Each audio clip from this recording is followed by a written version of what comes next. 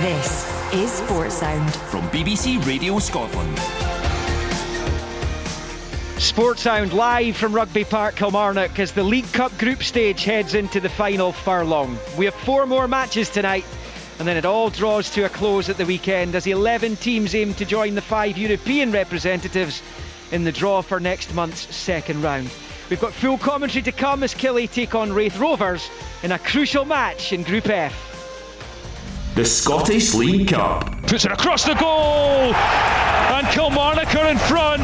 Fraser Murray with the opener after just 5 minutes. Winning on the road is something that we have to do a lot more of this season. Now you're Watson driving towards the edge of the box. He's offloaded to Vassell. Can he get the left foot shot away? You bet he can. Blasted it past Mehmet to surely give Kilmarnock all 3 points. We scored 2 very good goals today, and Vassell come back into things is a huge lift for us. He's trying to manoeuvre his way through. He does. He's in. Oh, it's wonderful. It's absolutely wonderful. And Dylan Easton equalises for Raith. And Raith are level with just over 5 to play until half-time. I felt we were the better team in the second half by a distance. We didn't score enough goals, create enough chances to win the game. When it gets the penalties in it, there's not much you can do. Good evening and welcome to Sports Sound with me, Liam McLeod, here on BBC Radio Scotland. And what is a relatively chilly evening in East Ayrshire. It's a bit of a wind, and we can see as we look through the gaps in the stands over on the far side, the rain looks as though it won't be too far away. So it's very unsummer-like here at Rugby Park. Last night saw 14 of the 45 teams in the first round eliminated. They included the 2021 winners St Johnstone, who go out at the group stage for the second successive season. Last season's Scottish Cup runners-up Caley Thistle are gone too after their dramatic late defeat at the hands of Airdrieonians, who are well on their way to following up their promotion last season with a place in round 2 of the League Cup. Also out last night after the results, they didn't necessarily play, but are out of the competition regardless. Alloa, Stenhousemuir, Brecon City, who did beat Clyde but exit. Stranraer, Edinburgh City, Bonnyrigg, Albion Rovers, Annan, Elgin City, Cowdenbeath and Arbroath also go out. Tonight we have commentary from here in Ayrshire as Killie welcome Raith Rovers in Group F. Dunfermline currently top the section after a comfortable 3-0 win in Coatbridge last night against Albion Rovers. The Pars, though, have now played all 4 of their games. Both these two that we'll be watching tonight have 2 matches left starting this evening. Dunfermline on 8 points, Killie 6, Rovers on 4, and as I said, the other 2 are goners, Albion Rovers and Annan Athletic. Killie then in the driving seat with a trip to Coatbridge themselves rounding things off for them on Saturday. Despite the fact Dunfermline are at the top of the section, Rovers must win if they are to finish top. So very much all to play for here at Rugby Park this evening, live on Sports Sound. The other games tonight come from Group B, where Peterhead hosts Spartans. Edinburgh City are at home to Premiership Ross County in Group D, and Dundee host Dumbarton in Group E, looking to bounce back from their defeat to Airdrieonians at the weekend. And we'll keep you up to date with what's going on when the goals go in, should they go in, on those other matches as we go along tonight here at Rugby Park. Joining me for the game this evening here, Thomas Duncan will be doing the commentaries down pitch side, looking to try and get a word with Derek McInnes and Ian Murray, the respective managers this evening. But I'm delighted to say I've got Stephen Thompson and Cammy Bell with me at the back of the main stand here. Gentlemen, how are we doing? Very well, Liam. Nice to be back in amongst it after a good 3 or 4 weeks off. You've had a nice time, haven't you? Yes, I have. Lovely, a couple of holidays, so don't be too harsh on me if I'm forgetting names. I'm just breaking myself in gently. We'll be gentle. Okay. Cammy, you alright? Yes, very well, Liam. Yourself? Doing good, yeah. I think Stephen had a nice relaxing afternoon watching the new Mission Impossible movie today. Fantastic. Which I saw yesterday. Can recommend it highly. It is magnificent. Other movies are available, but it was quite the ride, to be fair. And we're hoping that will be the case tonight as Kilmarnock go head to head with Raith Rovers. Cammy, I don't know how much of Killie you've seen in their opening 2 matches. Derek McInnes has rung the changes in the squad, but when you look through that squad, and I'll run through the starting 11s for you in just a moment. When you look through the squad, it looks like he's on the right track right now, doesn't it? Yeah, they've started really good this season. Exactly what Derek McInnes would want. I think an important away win to Dunfermline. Again, looking at last season's poor away record, it was exactly what Kilmarnock need in this competition. And And listen, I think this competition is really important at this stage. I think you can build momentum. I sometimes think some managers make excuses that it's early in the season, but for me, you know that this campaign starts on the 15th of July, which it did this season. And I think Kilmarnock have started really well. They'll want to build on that. They'll want to win this game tonight and build momentum into the start of the season. It's funny how it's kind of replaced pre-season games. You maybe have one pre-season game when you come back in, you do your kind of 2 weeks prep, running, whatever, get yourself up to speed, but these games now replace it, and actually it's much better because pre-season games, as we all know, at times they can be not competitive, and you can be going through the motions trying not to get injured. Where these are competitive, and Cammie's right, they are important games because the League Cup's one of the 3 trophies that are up for grabs in Scottish football, so it is big. And as Liam pointed out, we've already seen a few big hitters drop out of the tournament, so they are of massive importance, especially to build momentum going into the start of the season, which is just around the corner. For Raith Rovers, Ian Murray's made a few changes to his squad as well. They're clearly going to be eyeing up promotion from the Championship. That'll be their biggest thing, I would imagine. But I'm going to just stop Cammie just before he starts speaking, because Derek McInnes has joined Thomas pitchside. Derek, the fact that if you win, you go through to the last 16, does that make the message simple to the players tonight? Yeah, I think we've got an opportunity to do that. It's important. You see the game. I don't think it makes you any more motivated, because we're always should be motivated at the club to win cup ties, and being at home particularly, we've got to make sure we try and follow up what was a good result on Saturday at Dunfermline with another strong performance, because it'll need to be a strong performance to be, I think, a talented Raith team. I think you can see they're putting together a squad that can have a go at winning this title in the Championship, and they've got a lot of talented players and a lot of confident players, so it's important we don't let them enjoy the tie, and to do that we're going to have to do our work well tonight. Just the one change, I think, to your team. No Kyle Vassell. Is he injured, or is that just a precaution, just rotation? I spoke to you on Saturday about trying to get boys up to speed, so obviously we're trying to increase his workload, and ideally we'd have had him here for the cup tie tonight, but he's just felt a little irritation on his thigh, nothing that's going to keep him out any length of time. But after yesterday, we just decided to leave him out today, hopefully with a view of being ready for Saturday, and more importantly, but certainly for the season starting the league campaign the following week. So it's one of those when you're trying to get players moving and get them accelerate their work, that sometimes you run the risk of these little strains, but it's nothing to worry about really. And Tom Davis, a new signing in from Cardiff on loan, a fullback. Can you tell us a bit about him on the bench tonight? Yeah, it's we're looking for, obviously we're playing a back five a lot of the time. We've played Matty Kennedy as left wing, Corey and Daba played there. We've got options, Fraser Murray, but I still think at times in the season we're going to need an out and out left back to play those positions. And when you're taking young loan players like Luke Chambers last season, there's penalties if you don't play them a lot of the time, so it's a younger one with not the same sort of penalties on us, and it's one that gives us good options. We believe Tom's a player who can do well here, and delighted to get him done in time for tonight's game, and looking forward to working with him. And you expect a tough test, I imagine, from Raith Rovers, who've been pretty good so far. Yeah, I watched the game against Dunfermline, and there was nothing in the game. Either team could have won it. I think you see a lot of attack threat from Raith Rovers, that effectively play 4-2-4, and even their two sitting midfielders, if you like, Easton and Stanton, don't really sit as a defensive midfielders. They gravitate up the pitch, they've got good ability, so full-backs pushed on, they're very all in to win a game, and that's enough to keep you on your toes. A lot of players with good ability in their team, and like I said, when you see the squad they're putting together, you think that you can see why everybody's kind of mentioned them to maybe win the title this year. Thanks, Derek. Good luck. Cheers. Good man, Derek. There's Derek McInnes with Thomas Duncan, the Kelly manager, in good form as usual. So the teams, just before we go to Cammie, maybe get a little bit more on Kelly, and we'll have focus on Raith Rovers as well. We'll hear from Ian Murray. The Kilmarnock team, it's just that one change from the side that played at East End Park on Saturday. So Liam Polworth replacing Robbie Dees. It's Dennis in goal, Mayo, Findlay and Daba, Armstrong and Kennedy wide, Watson, Lyons and Polworth across the middle, with Murray supporting Cameron. As you heard, there's no Kyle Vassell in the team. O'Hara, Dees, Sanders, McGuinness, Davis, McInroy, Watkins, Wales and Warnock make up the Kilmarnock bench for the Rovers. It's the same team as beat Albion Rovers 2-0 a week ago. So Dabrowski in goal, McGill, Watson, Corr and Dick. They've got Easton and Stanton sitting with Mullen, Vaughan and Smith just behind Jamie Gullen. Up front, their bench: McNeil, Murray, Thompson, Hamilton, Arnott, Mitchell and Adam Masson. The referee for this one tonight's John Beaton.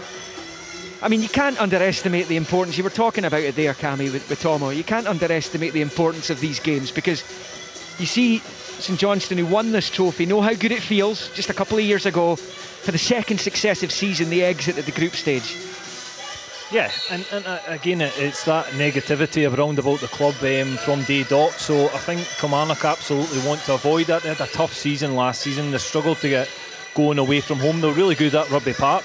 But again, they had success in this last season, got to the semi-final, and they want to do that again. Derek McInnes will be hungry to get this one over the line and make sure he's in the next round. And listen, financially as well to clubs, we can't underestimate how much the clubs need the money getting into the next rounds and continuing through this competition. So I think it's massive, and I genuinely do think that some managers still make excuses that it comes so early.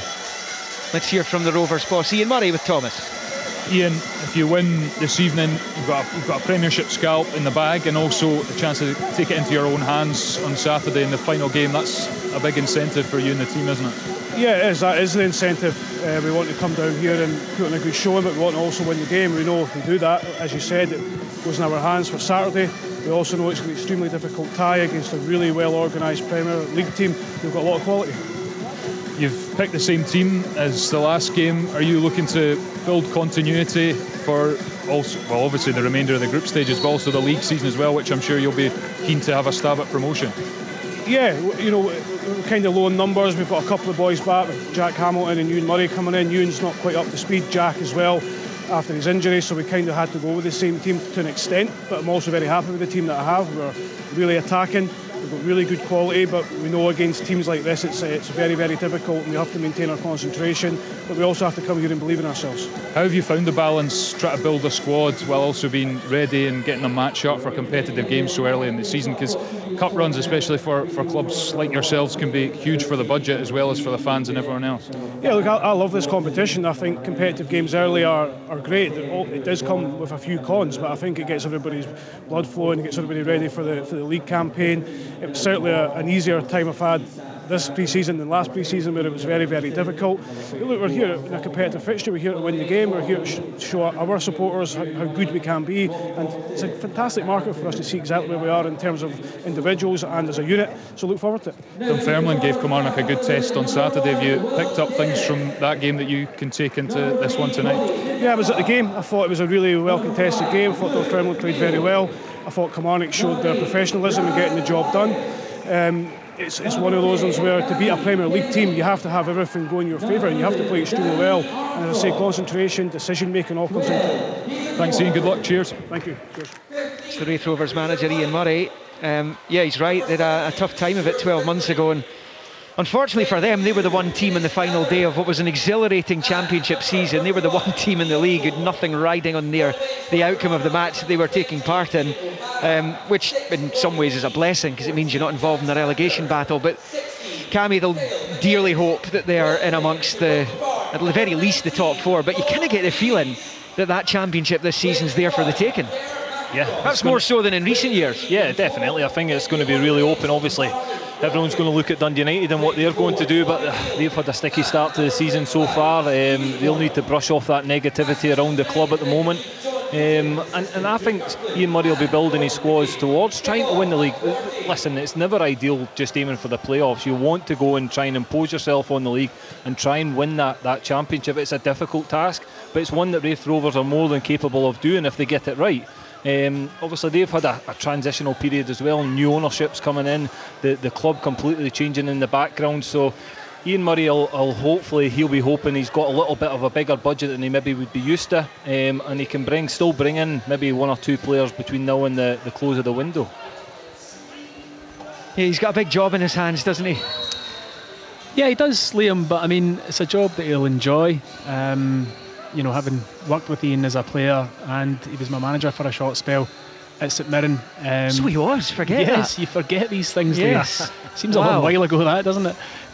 He's very ambitious, is he? And he was as a player, and I know that certainly he is as a manager, and he wants to succeed here at Raith Rovers. So it's a big season for him, and he likes to play attacking football. You'll see that tonight. He's not going to sit here because he's playing against the Premiership team and try and shut up shop. He wants his team to go and have a go, and as Derek McInnes referenced, he's well aware of that himself. It's a great test for Raith Rovers this evening to see where they are with the season just around the corner, playing against a Premiership side, and it'll be good for him to see exactly where his team are at this moment in time. It's very, very early on in the season, but as Canny says, and as you've said, they'll have designs on winning the Championship, as pretty much every team that enters the Championship, most of them will think they have a possibility of doing so. It's such a tight division, and you're right, I think this year there isn't a kind of clear favourite. Yes, Dundee United are the biggest club that are in the league, probably have the biggest budget as well, you'd imagine, and there's pressure on Goody to go and win that title, massive pressure, but a lot of the other clubs in that division will feel as though they can do the same, and Raith are right up there with those. We're going to go to Andorra in just a moment. If you're wondering why that is, it's because Hibernian begin their European campaign there tomorrow evening. A match which incidentally is live with BBC Scotland on the iPlayer. The second leg at Easter Road will be live on the telly on BBC Scotland next week. Hibs away in the first leg. It's a 4 o'clock UK time kickoff. We're going to go there in just a moment. But firstly, just to point out the Daily Football Podcast, which is being released every weekday just now, and we are building up to the Premiership starting a week on Saturday. Of course, the Championship begins the day before with that Arbroath Dundee United match, also live on BBC Scotland. We've got the Kilmarnock podcast, was released today, so you can get that at sounds and at bbc.co.uk/Sports Scotland. It's Livingston's turn tomorrow, and then on Friday it's Motherwell. We've already heard from a few of the other clubs who finished in the lower reaches of the table, and including Dundee, were promoted of course last term, and we'll hear from the top 5 clubs, or about the top 5 clubs, on the Scottish Football Podcast next week. Just before we go to Andorra, I'll just bring you some of the team news from the other matches taking place this evening. Ross County are at FC Edinburgh as they look to try and kick on. They're getting pretty close, you would have to say, to the knockout stages of the competition. This one in Group D, they're at Edinburgh City. It's Monroe, Randall, Brown, Baldwin, Allardyce, Sims, Murray, Harman, Henderson, White, Nightingale making up their starting 11. Simon Murray's been in excellent goal scoring form, as he tends to be in the group stage of this tournament. For Edinburgh City, Ramsbottom, Hamilton, Mercer, Leach, Uzi C's back from Love Island straight into the starting 11 for FC Edinburgh tonight. Jacobs, Shanley, Handling, Mitchell, Crane and McLean. For Dundee, who are taking on Dumbarton, they've got to win if they're to maintain hopes of finishing top, but their best hope may be as one of the best 3 runners-up, as Airdrieonians are taking on Bonnyrigg on Saturday. Dundee face Cally Thistle on Sunday. They've got to get way past Dumbarton. First of all, it's Legston's in goal, Beck, Shaughnessy, McGee, Tiffany, Pineda, Ashcroft, Mulligan, Robinson, Boateng and Portales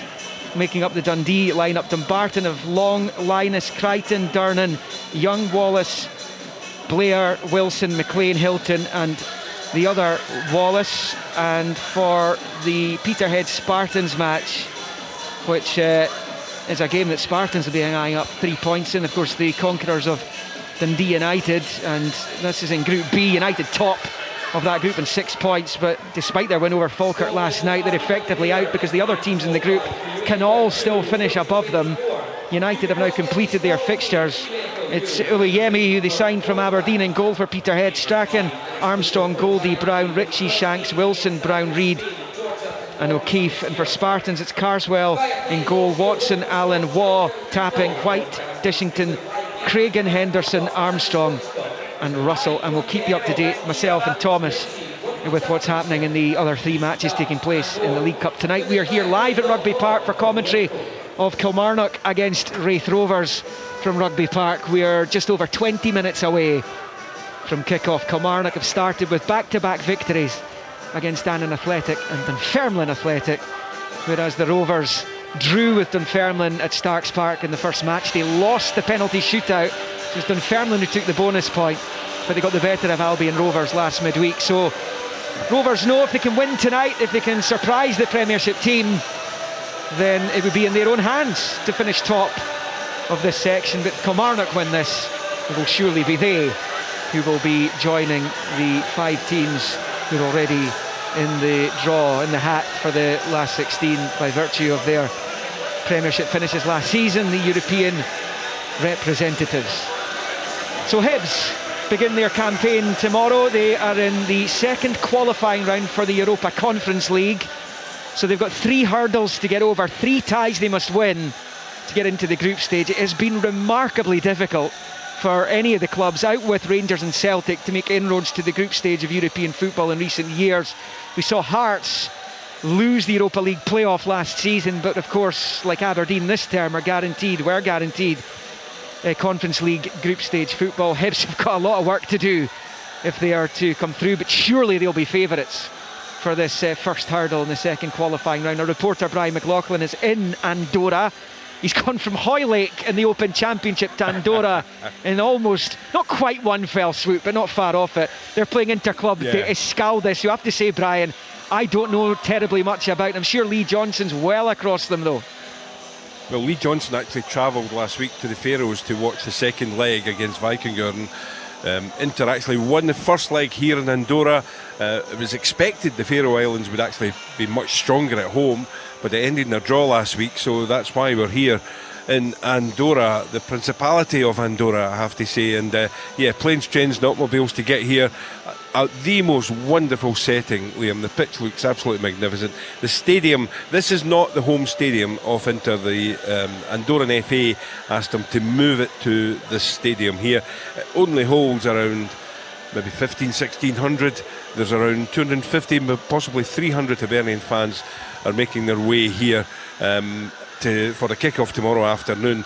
I'm looking out here from the main stand, and if I can describe it for you, Liam, actually it's a little bit like New Bayview in Methil, but with mountains rather than the North Sea to your right hand side. It is the most glorious setting. Temperature at the moment around 24-25 degrees. 23 players have travelled. Martin Boyle is here, but I think it's unlikely that he will feature. I think Lee Johnson wants to give him maybe just one more week to get back again after that very serious injury he suffered last season. But 6 new players in the bag already for Hibernian, and I know that they want to sign more. Will Fish, who was at the club last season on loan from Manchester United, he's not here, but I wouldn't be too surprised if he picks up a Hibs jersey again in the not too distant future. And I know that Lee Johnson, who we'll be hearing from later on in the programme, is still very keen to add even more players to his squad. But Inter, a little bit of an unknown, Liam. They finished second in the league last season. They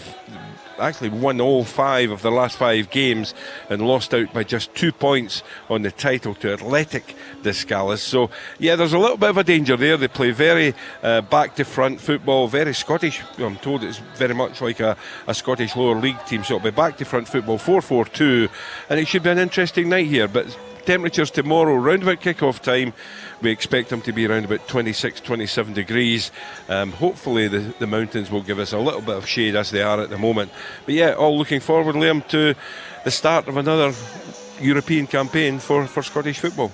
The mountains you're referring to are, of course, the Pyrenees mountains. The Pyrenees, I'm pretty sure that nobody who's been to Andorra before has compared it to Methil. Absolutely You're not. probably the first person to do that. There's no way of proving it. But I compared. I'll send you a picture, Liam. Don't worry. Right. The main stand here is very similar to the main stand at New Bayview. There is a running track, I have to say, which New Bayview doesn't have. And the pitch is grass. It's a grass surface. But the beautiful Pyrenees away to the right hand side. Some houses up there as well. How you get home from that on a night out, I just do not know. But a fantastic setting for what should be a fantastic game of football tomorrow. I'd rather, and listen, I'm talking as someone who grew up beside the North Sea, I'd rather be looking at the Pyrenees Mountains than the North Sea, to be fair. It's much warmer, I can tell you that. I'm sure it is. If anyone doesn't know where Andorra is, it's kind of nestled in between France and Spain. I've never been, but it looks very nice in the pictures that I saw earlier on. And Lee Johnson will clearly be hoping that it's going to be very nice for him and his players tomorrow evening, and they'll Yeah. want to take a lead back to Easter Road in the second leg next week, which, as I said earlier, will be live on BBC Scotland, as tomorrow's is on the iPlayer. They've been back in pre-season, Liam, for about a month now, and they went out to Spain to get acclimatised, and certainly I think Lee Johnson is very pleased with the condition of the players, but it's all about match fitness. I know they've had a couple of pre-season matches, most of them closed doors, but yeah, tomorrow's competitive, and that will be the difference. We'll see then exactly how fit these Hibernian players are. I have to say that Inter have had 2 games already, competitive games. Their league campaign hasn't started. The Andorran League's a strange one as well. They've moved from 8 teams last season to 10 this time around, but it's not a good league, Liam, and this really is a tie. That anything other than Hibs coming through this would be a major shock. Of course, they were here a couple of years ago. They played St Colombo, I think it was, and they came through that tie with a little bit of a flourish at Easter Road. But yeah, this is a tie Hibernian should win, and be looking to win with some ease over the next 2 games. Yeah, you're talking to someone who was in Luxembourg when Progress beat Rangers, and I was in Gibraltar when the Red Imps beat Celtic. I was also in Luxembourg when Follash nearly turned Aberdeen over as well. So these are always tricky ties. Brian, for the moment, thank you very much. We'll hopefully hear from Lee Johnson and or the newly named Hibs captain, Paul Hanlon. At least he's been confirmed as the captain for this season. That was confirmed by the club earlier today. We'll hopefully hear from one, if not both, before we come off air around about 10 o'clock this evening, or whenever we're done at Rugby Park, as we prepare just less than 14 minutes round about till kick-off here. It's Kilmarnock take on Raith Rovers. Just briefly on Hibs, guys. Again, we're talking about the League Cup being crucial for these clubs, particularly the bigger ones. Kilmarnock have got relatively recent memories of lifting the trophy. Of course, they did under Kenny Shiels in 2012. But for Hibs, it's a long old journey. And see Derek McInnes going up the tunnel there. He couldn't manage it when he was Aberdeen boss, getting them through all these qualifying rounds and somehow getting into the group stage. But this is one tie they have to win, isn't it? It's very, very difficult, Liam. It really is. I think you would expect them to win this tie, but as you pointed out there, your list of teams that have played against smaller teams and haven't managed it. I think played for Dundee United against an Andorran team way back. It must have been 1997 under Tommy McLean, and we can remember the stadium over there that reminds you of yeah, the one that looked like you were in Fife. Yeah, I remember it well. But we squished that game. Actually, we won it comfortably. In our next round we were put out by Trabzonspor actually. But they're never as easy as you think they're going to be. But you'd still expect Hibernian to win it. However, the path then onwards to get to group stage football is extraordinarily difficult. You start to meet better teams, and it becomes very, very difficult. And we look at it every year, and we're always disappointed that Scottish teams out with Rangers and Celtic can't mount a better challenge. But it's just how it is, and it's how it's been for a long, long period of time. Somehow we need to sort that. You want somebody to buck the trend, yeah. And hopefully this year, whether it's Aberdeen, Hearts, Hibs, somebody's able to step up and put an end to that, because it doesn't look great for everybody else out with Rangers and Celtic in the division. That when we do step up a level, that generally we become a little bit unstuck. Yeah, I totally agree, Tom. I think that these ties are very, very difficult. They look easy on paper, and unknown sides are always difficult to face. But as Brian said, Lee Johnson's done his homework, went out to the game last week, done his homework. I'm sure his analysts have worked really hard to find the strengths and the weaknesses of the opposition. And they're well prepared. I know I spoke to Lee during the summer, and they were obviously over in Spain when I spoke to him, and they played Bournemouth in a bounce match over there. He was happy with the condition of the players, as Brian said, and he's excited about the season coming forward. I think he's really excited about getting Martin Boyle back. I think that's going to be a huge player for Hibs this season, almost like a new signing, because he was a big miss last season, and they've been given the opportunity of European football this season, Liam, so I think they'll relish it and they'll want to get through as much as they can. Here's me waxing lyrical about Kilmarnock's League Cup success in 2012, and I had the temerity not to mention the fact you kept goal and Lee Johnson came off the bench. He put the cross in for the goal. He did. Do you remember who scored that Kilmarnock goal in the League Cup final? Oh, come on, Liam, give me a wee second. Come on. Can you have a clue? Played about 4 games for Kilmarnock, I think. He's from Belgium, wasn't he? Yeah, Belgium. Come on. I'm not you won the trophy a year later. You must have been keeping tabs on the tournament. Probably played against him, but how are you expecting me to remember that? You tell him. Dieter van Tomnolt. Never heard of him. You scored in the subsequent League Cup final. Kilmarnock legend, man. The ignorance is astonishing. Astonishing. Anyway, listen, we're now 11 minutes away. See how quickly this flies, and we've been on air for half an hour already. And you wouldn't think it. Sports Sound, BBC Radio Scotland, with me, Liam McLeod, Stephen Thompson, Cammy Bell with me. Just before we go to the commentary, just perhaps have a little look back at some seismic results last night, and none more so than St Johnstone. And by the way, huge credit to Ayr United and Lee Bullen, who are very close to getting through that group now. They're a home win over Alloa now, away from winning that group. So brilliant from Ayr United, and you consider the bruising end to last season that they went through, and the fact Dipo Akinyemi is no longer at the club. That is a terrific return for them. They went and beat St Johnstone last night. But for Stephen McLean, that is a massive blow already in this season. And this is the club that won the double just 3 seasons ago, or 2-3 seasons ago now. Yeah, it's not the start he wanted to get off to, but what I would say is, when you look at last season's campaign for St Mirren, and Stephen Robinson was getting all sorts from the St Mirren supporters because they'd had such a poor League Cup run, if you like, out dumped to the tournament. And people were actually calling for Stephen Robinson's head at that point, some sections of the St Mirren supporters. How they've changed their tune, and St Mirren obviously went on to have their best season in a long time. So I mean, it's not a disaster for Stephen McLean, and it's maybe a wee wake-up call, maybe for him, maybe for the board. Maybe he needs a wee bit extra help with players coming in. When you look at the squad, I think he definitely needs to add, a good 2 or 3 players to the squad. It's maybe a wake-up call for them, but it's not terminal for them either. Back-to-back wins for Jim Goodwin and Dundee United. He'll obviously, Stephen's old teammate Cammy, will be feeling a lot better about things now. The pressure's eased slightly, but although they're top of the group, it's they're clearly not going through. So again, like at St Johnstone, it's difficult, because even though they're in the Championship in the upcoming season, the Dundee United supporters' expectations remain the same. Yeah, they do, and I actually joined Dundee United the season that they went down the last time, and the negativity was still floating about the club. I remember playing in the League Cup, and it was there was frustration from the fans, and that'll be there this season. But I think the good thing is that they have reacted. They've got a couple of results behind themselves after that really terrible start against Spartans and losing that game. But yeah, it's going to be a big season for Jim Goodwin and Dundee United. They need to get off to a good start in the league campaign. That is so important for them, because if they do get off to a good start and they can put some momentum together and some wins together, the fans will get behind them and they'll stick with the team. But it's always, when you get relegated, there is still that frustration from the fans. You've got to go off to a flyer. They signed Declan Gallagher, of course, today. Yes. From St Mirren, an experienced player. I think he could, if you can keep him fit. Jim Goodwin's described that as a coup. Would you agree with that? I would agree with that.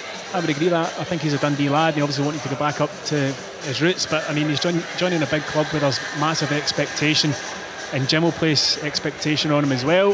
That he left in non-certain terms of what he's expecting from him to be a leader for his team in that division. But if he can stay fit, Declan Gallagher, I think he's only 32. He's still very much capable. And could be a big player for United this season. And what about your old dad, Dundee United, Ray McKinnon, who's led Forfar Athletic to the top of Group H, 3 wins out of 3, and on the cusp of the last 16. Now I know they're playing St Mirren on Saturday. It's clearly game of the day. They don't need it. They're up. They're through. Well, the reason I'm just about reason I'm now a Forfar fan is because one of my best pals in life, Stephen Fallon's Ramey's assistant. Yes. So, and I'm also good pals with Ramey as well. So I mean, they're looking at the very least, you're looking at one of the best runners up, sitting at 9 points out of 9. Hold on, I've got the tables written down here, Liam. Where are they? You've got Montrose. Montrose are on 5 points in third, St Mirren on 6, Forfar on 9. All 3 of those teams have one match still to play. So obviously Montrose can't catch them. Nope. But St Mirren can usurp them. Yes. On goal difference. Can on goal difference. Yeah. On goal difference, right? But they've got to be looking at the second round, don't they? 100%. Yeah, and Rainier was very nearly away there, down to Forest Green with Duncan Ferguson. And then Duncan obviously decided it wasn't for him, and Raimi came back up the road and stayed with Forfar. When he arrived at Forfar last season, there was a huge jump in terms of their results. They just couldn't quite push it on through at the end of the season. But Raimi's a very experienced manager, and he'll be looking to do good things with Forfar this season. They've certainly got off to a flyer in in the group stages of this competition. League 2 Forfar, perhaps second round of the League Cup bound, and fair play to them, well done to them. It's another big win for them last night. I'm sure the Forfar fans would have enjoyed that one as they put Arbroath to the sword at Station Park. Really well done to them. Elsewhere, Livingston hit Cove for 5, but if Hamilton beat Cove at home on Saturday, it is they who will win the group. Livy might have to settle for second place and try and squeeze into one of the 3 best runners up who will also go through. A big bonus point for East Fife at Queen of the South, 1 point now behind Motherwell. Those two go head to head for a place in the second round on Saturday at Fir Park. And as I said, Forfar taking that 100% record to Paisley, a shootout for the guaranteed last 16 place. Montrose are up against Arbroath. Just another couple of football lines there. Stephen stole one of them off me there. Declan Gallagher going to Dundee United from St Mirren. There has been some kind of transfer fee exchanged between the clubs for that, and Stephen Robinson seemed to be talking earlier about being pretty close to having a replacement in for Declan Gallagher in the very near future.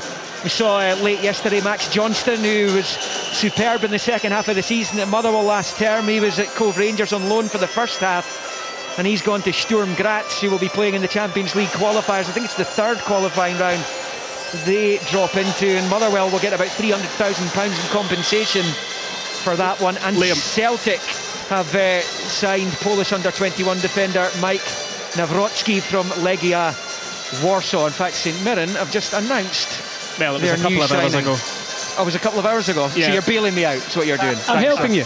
I was busy making you a cup of Bovril earlier. You've got to do it yourself here. So St Mirren have signed James Bolton on a 1-year deal. He joins after the expiry of his contract at English League One champions Plymouth Argyle. So that's a ready-made replacement for Declan Gallagher, Tom. There you go. I'm here to help, Liam. So speak about him. You must know all about him. You're telling me it's been up there for 2 hours. Oh yeah, I'm going to know. I'm going to know loads about him. I've never seen him play. Is this a top-notch replacement for? Well, what it is a replacement. We'll find out whether he's any good or not as the season unfolds, Liam. Sure, Tom will be talking a lot about him on the sofa on Saturday evenings when Sports Scene returns. A week on Saturday, can you believe that? The league season comes round all quickly, starts. Liam. Certainly the Premiership does. You've got to watch because you've got that huge match at Gayfield, Arbroath, Dundee United, albeit Arbroath I think have had an even worse League Cup group campaign than the Tangerines have.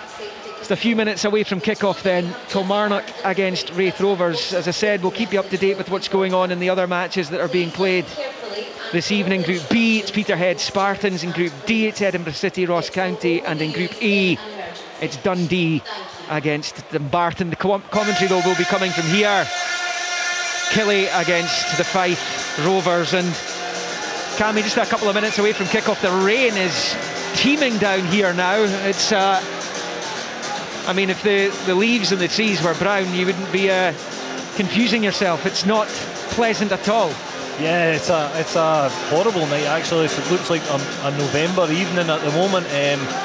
Coming down a lot of rain, but again, what that does to this pitch, obviously being AstroTurf, it'll bring a little bit of zip about it. The ball will move faster, and that'll probably suit both of these sides, because I think both sides tonight will try and play football. They'll try and move the ball quick, and both sides are here for the win because Raith Rovers absolutely need it to progress in this League Cup, and Kilmarnock will want to get the job done here tonight. It really helps the pitch, doesn't it? Yeah, it does. Like, you know, if we've all played on AstroTurf surfaces, when it's dry, it is horrific. The ball gets stuck under your feet. You can't dribble with it. It's just not the same. It doesn't get stuck under your feet as much as the last football match you were at. I can get a ball stuck under my feet at any time, Liam. You were at Hampden for the Georgia game. Any surface, yeah, exactly. Yeah. But I still don't believe there should be AstroTurf pitches in our top division. That's for another day. But what it does do is make it easier to play on. So the players will be happy that it's raining now, because it certainly helps this surface, no doubt about it. Looking forward to see what Danny Armstrong does this season after he scooped all the Player of the Year awards here last term. And Dylan Easton scored that wonderful goal against Dunfermline in the Fife Derby on match day 1. It was a tremendous goal. In fact, both goals that day were top drawer category, and those two are guys you can fire their respective teams, Cammy, that's for sure. Yeah, listen, I think Danny Armstrong is an exciting player. I thought he was fantastic every time I've seen him last season. So important with his goals and assists for Kilmarnock. And yeah, you look at Dylan Easton, Lewis Vaughan, they can be match winners for Raith Rovers as well. So it's got an exciting match written on this ahead of ourselves here tonight. So hopefully it lives up to expectations. The Raith players have just made their way out what has to be the most narrow tunnel in world football here at Rugby Park. They were out first. The Kilmarnock players making their way out onto the pitch here as well in the tumbling rain in East Ayrshire. So keep up to date with the other 3 matches taking place in the group stage as it nears its conclusion ahead of the draw for round 2 and those ties which take place I think in the 3rd weekend of August in round 2, and both these clubs have designs on it as well. So it's Kilmarnock against Raith Rovers here in Sports Sound and BBC Radio Scotland with Stephen Thompson, Cammy Bell and Thomas Duncan. Thanks Liam, good evening everyone. Well, the task is simple on paper, at least for Kilmarnock, winning they're through to the last 16 of the League Cup. It's a competition Derek McInnes has had success in as a manager before, and of course took Kilmarnock all the way to the semi-finals last season, pushing Celtic all the way at Hampden, the club's first trip to Hampden since that triumph in the League Cup in 2012. They want more days like that, but it's Raith Rovers here to try and spoil the party, because if they can win, they can get themselves in pole position ahead of the final round of fixtures as Kilmarnock get things underway in their traditional home strip. The blue and white stripes shooting from right to left as we sit in the main stands. Raith Rovers in their away kit, yellow top, blue shorts, yellow socks. As Keith Watson, one of the summer signings, just heads one out of defence, and it's dropped here for Fraser Murray, who's got a couple of goals already. There's space for him to shoot with the right foot on the edge of the box. Good block, good early intent from Kilmarnock in the opening 30 seconds of this match. It's turned over in midfield, Raith have it. Here's Easton. It's immediately pinched by Armstrong, but John Beaton, the referee, says it's a free kick, but a fast start here at Rugby Park. Exactly the start that Derek McInnes would have been after, getting a shot away early doors. First at every ball. Basically we've only played 50 seconds, but Kilmarnock already putting an imprint on the game. Here's Stuart Finlay with the ball at the back for a second spell, on loan from Oxford, of course, left a few years ago for Philadelphia Union in MLS. 144 appearances here under Steve Clarke, one of the most successful spells in Kilmarnock's history, points records, European football. He's back to try and help the club again, and Raith cleared out of defence by Watson. And Keith Watson, a good signing you have to say, Cammy, for Raith Rovers, an experienced operator. He's in at the heart of the defence wearing the captain's armband. Yeah, and exactly what you said there, Thomas, an experienced player who's played at this level and above for a number of years, and exactly what Raith Rovers will need in the Championship this season. Experienced defenders are hard to come by, so he's a really good signing for them. Obviously the goalkeeper as well, Kevin Dabrowski. I've worked with Kevin, so he's got great talent. Again, I think he just needs the game experience, and this will hopefully bring him on. Yeah, I played with Keith at St Mirren for a short period of time, and great guy, great leader on the pitch. He reads the game very, very well. Obviously he's coming into the latter stages of his career, and the one thing he doesn't want is a ball in behind him. Well, that's what Kilmarnock will try and do here. It's Matty Kennedy loops one up in the air towards the edge of the box. Innes Cameron's got on the end of it. The touch is slightly heavy, but he manages to keep it from rolling out on the left-hand touchline. It's then stabbed in for the run of Murray, but Watson read it well and takes a couple of touches and clears it up the line. And it's fallen to Easton in midfield, nods it forward for Jamie Gullen, the Raith Rovers number 9, who's dropped in and just knocked it back to Dylan Corr in defence, and he's tried to ping one out to the left-hand side. It's intercepted, and Kilmarnock will come away with the ball. And back to Dennis, the goalkeeper. Summer signing on loan from Bournemouth. Started the 3 games in this League Cup. Looks like the new number 1 here at Rugby Park. As Cameron wins a flick on for Murray. Up 25 yards from goal. Here's young David Watson, moves out to the right hand side. Danny Armstrong into the box, right hand side, looks to get the cross away. It's flashed across into the 6-yard box. A Raith leg half clears, and then they have the ball edge of the box and manage to clear it downfield, and Gullen will chase this. Finlay's going to get there first and knock it back to the goalkeeper Dennis, who clears it long. But another probing opportunity there. Danny Armstrong causing some bother down the right hand side. It was excellent play initially from Innes Cameron, linking up with Fraser Murray with the flick on, and Fraser Murray plays it out wide eventually to Armstrong, who we know from last season is so dangerous in these positions and one-on-ones. Gets a good cross into the box, but no takers for Kilmarnock. 3.5 minutes played, goalless here at Rugby Park as Raith Rovers try and counter Lewis Vaughan. Fantastic to see him back playing well for Raith Rovers. 4 ACL injuries. He's had a heck of a time, but the club have stood by him, and he's starting again this evening. Throw in on this near side. Scott McGill, the right back for Raith Rovers, bang on halfway. Takes a couple of steps, launches it up the right hand touchline. It's flicked on by Ndaba. Finlay boots it long up towards Cameron, who's a big physical presence up there, and again he's won the ball and he's sprayed it out towards the right hand side with Armstrong. He's infield slightly, moving towards the box, tries a pass, it's blocked, and there's claims for a handball, but there's not much Easton could do about that. He was only a few yards away. And it's back with Kilmarnock at the back as they look to make it 3 wins from 3 in Group F in this League Cup group stage, and avoid some of the troubles that we've seen other top flight clubs having, as well as Dundee United of the Championship, of course. Dundee with a big game this evening as they look to try and salvage their campaigns. Mirren got a late winner at Central Park against Cowdenbeath, having lost their opener. It's tricky times for some of the country's bigger clubs. Kilmarnock with good progress so far, and here's Armstrong, right hand side, moves it back to Lewis Mayo and spreads it across to Stuart Finlay. Still goalless here after 5 minutes.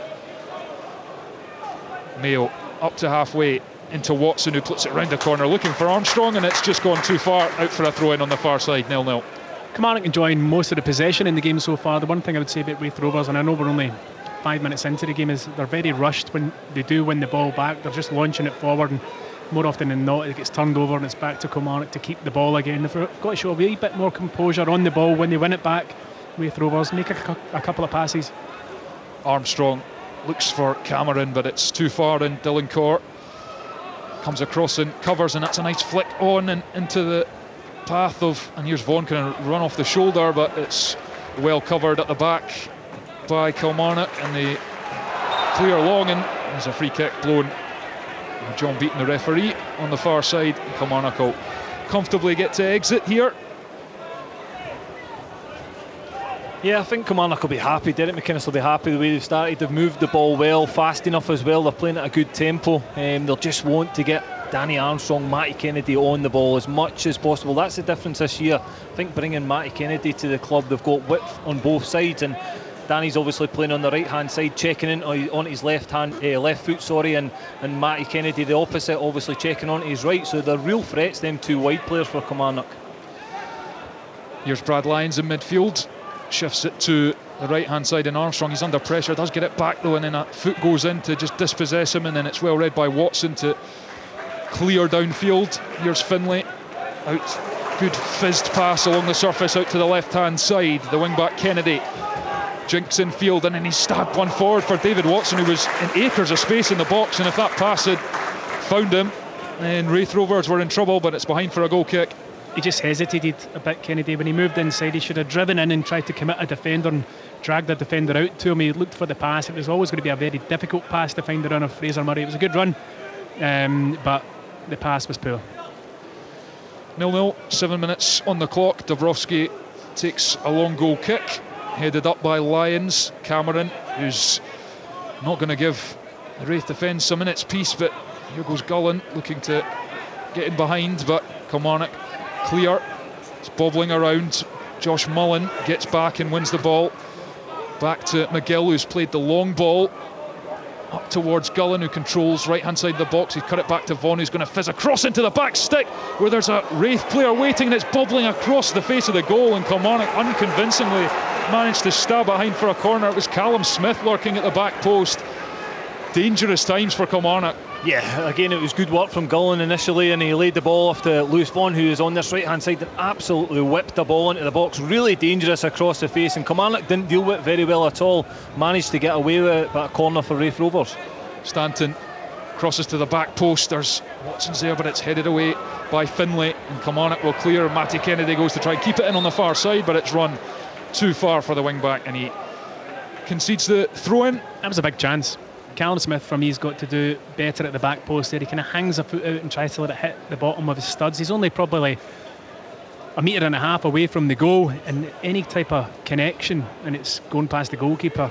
It's a big opportunity. The quality of the ball in from Vaughan was absolutely first class. Throw into Raith Rovers, far side, thrown to the feet of Easton. Back down the line for Vaughan, who's right out on the left-hand touchline. Twists and turns away from Lyons. Gives it up the line to Liam Dick, the left back. Tries to get a cross in, but he's got no room on the touchline, and it's blocked, and then he puts a challenge in, and Brad Lyons just flops the deck and says, I'll take the free kick. John Beaton blows the whistle. 0-0, 9 minutes played here at Rugby Park. You see that happen so many times, can't you, when a defender's facing his own byline and he feels any type of contact in his back, they just fall, the referee buys it every time. Yeah, it's so frustrating as well when you see a teammate doing that. You think, listen, he's such a difficult position facing his own byline, and then the striker goes and gives the foul away, so yeah. And the referees always give it as well, no matter how slight the contact is. And Finlay's under a bit of pressure here, tries to head it out defence. He's only got it as far as Raith Rovers player. And here's Mullen, tries a fierce drive, and it's gone deflected to the back post, jinked inside. Easton picks up the ball in the box. He's twisting down to the byline, tries to get the cross in, and he's earned his team a corner. And Raith Rovers suddenly with their tails up, looking to get in front. Spartans have taken the lead against Peterhead. Corner taken short. Mullen loops it in centre of the 6-yard box, cleared by Kilmarnock. They were awake enough to deal with it in the centre of the box, but Raith Rovers playing with good intensity. Blair Henderson, who else really for Spartans up at Balmoor, gives them the lead. 2 wins would put them in a decent position heading into the final weekend of action in the League Cup groups. Here's Easton off to Dylan Corr, young 18-year-old, signed after leaving Celtic, regular in the Lowland League last season for their B team, left to pursue first team football here at Raith Rovers. Ball fired long, Gullen is in there, and again Kilmarnock don't convincingly deal with it. Here's McGill, Vaughan, infield to the corner of the box, right hand side to Mullen. He just loses control, and Corey Ndaba stands strong and just shields that behind for a goal kick to Kilmarnock. 11 minutes played, goalless here. First 5 minutes, Kilmarnock were the better side, but the last 3-4 minutes, Raith have really come into the game, weathered that early storm and the fast start from Kilmarnock, and now they look the better side. Yeah, Kilmarnock defensively, again, there was a question mark. Stuart Finley's positioning there, it was just a straight ball over the top, really struggled to deal with it, and created an opportunity for Raith Rovers there. So defensively need to stay switched on, and Stuart Finley's probably struggled a little bit, not as much game time as he would have wanted over the last couple of seasons, so he'll be building his still towards hopefully a successful season again at Kilmarnock. Yeah, Kilmarnock weren't amazing with the ball at times against Dunfermline on Saturday, but they were really assured at the back and dealt with everything that Dunfermline put in their box, which was a lot at East End Park, I have to say. But a few nervy moments here early on. Here's Stuart Finley with the ball at his feet, puts it across to Mayo over on the far side as we sit in the main stand here at Rugby Park. Back to Finley. Raith Rovers trying to just keep a relatively high line and force Kilmarnock back.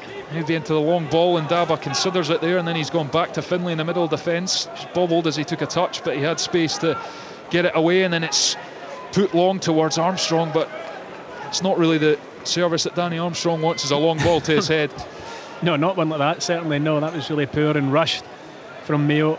Armstrong certainly does not want the ball in the air. He's not bad in the air actually for a smaller guy, but you know the quality of ball from defence to striker, if you're going to go direct and miss out the midfield, you've got to be hitting Ennis Cameron, who's a very physical player and can win the headers and flick-ons and build and bring others into play. If you're going to do a diagonal like that, then you've got to have the ball landing certainly at the feet of Danny Armstrong. Still goalless here on Sports Sound live on BBC Radio Scotland Extra. Kilmarnock being held by Raith Rovers, who have had the better of the play the last few minutes, and here they come again. It's Jamie Gullen out on the left hand side. He's trying to twist and turn away from Lyons, goes back up the touchline to Dick, infield to Easton, who tries a little turn, but it just got caught under his studs, and David Watson's won the ball here, and he's going to come away with it. Turns back, and he's been fouled, has he? Pulled back, and John Beaton's pointing. He stopped it for the head knock. I see, yes. And it's which is the frustration of the Kilmarnock fans, because they were on the counter-attack. But if it is a head knock, then John Beaton's done the right thing. I think he must have noticed some blood or something there, and he stopped the game straight away. So yeah, there is blood. You can see it from here and mere miles away. Sam Stanton, I think, by the look of it, over, and he is bleeding. And getting some treatment from the physio, and then over on this near side, I think it's Fraser Murray, who's surrounded by Kilmarnock physios as well. Yeah, there was a clash of heads between both of them, and Fraser Murray was on the ground just as Kilmarnock started their counter-attack there, and kind of got up as he saw they were countering. But at that point, John Beaton had seen the head knock to Stanton and rightly stopped play. Yeah, well, Fraser Murray is one of those down, and Stanton's getting some treatment, and it's goalless here at Rugby Park. Spartans leading Peterhead 1-0, goalless elsewhere in the League Cup, as the group stages already, it seems, coming to a quick end, all packed in 2 weeks at the start of this season, and teams looking to make the last 16. Kilmarnock put themselves in pole, well, they would secure a place with a win. Raith would put themselves in a very strong position in their hands going into Saturday with a win. Fraser Murray is wandering off. He has had a knock to the head. He's jogging down the touchline, and it is one of these things that football needs to take incredibly seriously, the head knocks. I think he's heading in for stitches, yeah, or maybe the glue gun, one of the two. And Stanton looks similar. as if he's going the same place. Yep, marching up the touchline as well. So it's 10 apiece on the pitch here. We'll see what impact that has. Throw into Kilmarnock on this near side. And Daba takes short to Finlay. Across to Lyons, the midfielder wearing the captain's armband. Kyle Vassell has been named the Kilmarnock captain for the season, but he's not in the side this evening. Precaution, an issue with his thigh. Derek McInnes told us pre-match. Such a big player for Kilmarnock, scored a wonderful goal against Dunfermline on Saturday, smashed it in, nearly took the net off, and Derek McInnes will hope that he's fit and ready to go for their opening league match here against Rangers a week on Saturday. Here's Ndaba infield to Finlay. Mayo in the centre circle in his own half, looks up, puts it back to Ndaba, and Raith just doing fairly well to cut it out. As I say that, a pass goes through their line to Watson, but he gives it backwards to Polworth. Here's Lyons out to the right hand touchline. Armstrong, fair distance from goal, but he's going to line up a cross, blocked, cleared to the edge of the box, and Raith have possession. Here's Vaughan, turns and gives it to McGill, who plays it up the field towards Josh Mullen, who's tussling with Ndaba. The centre half does really well for Kilmarnock, stands firm and just wins the ball and then moves it on, and Kilmarnock are on the front foot again. Armstrong playing in that right wing back position. Here's Polworth into the side, the one change from the game against Dunfermline last weekend, in for Robbie Dees, summer signing from Inverness, Cally Thistle of course. And here's Armstrong, tries to go around the outside of Liam Dick, and he's won a corner here. Yeah, you can see what he was trying to do. He's so clever with his feet. He was trying to just nick inside, and it comes off the defender, goes behind for the corner kick. A chance for Kilmarnock to put the ball into the box. They've got good height there with Mbada and Finlay.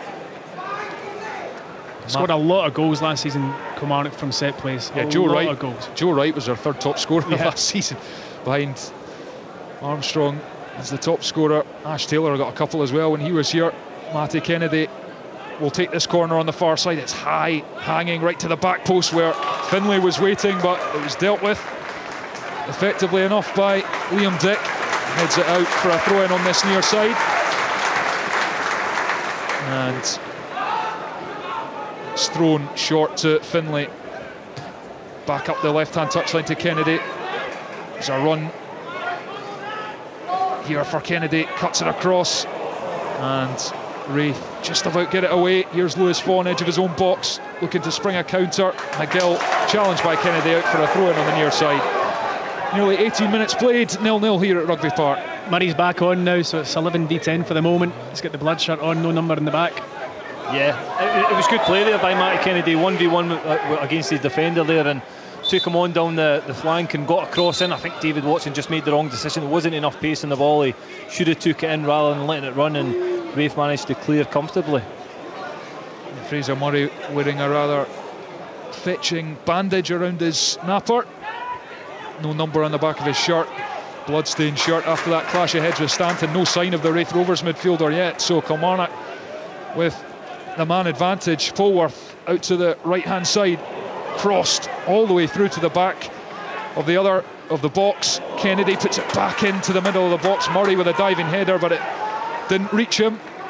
Back to Ndaba, and you have to say it's perhaps why we need concussion substitutes in football as the norm, because it doesn't really seem too fair that we've got a mismatch in sides when two players have gone down with a head injury.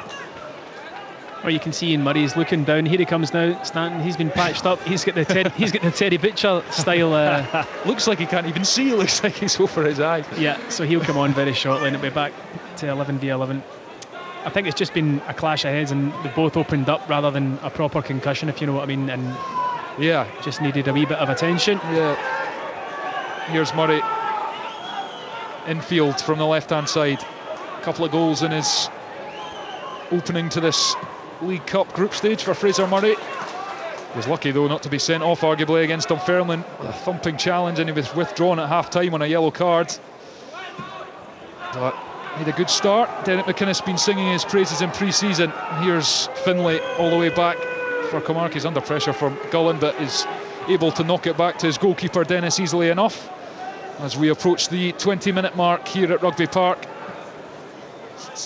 still 0-0.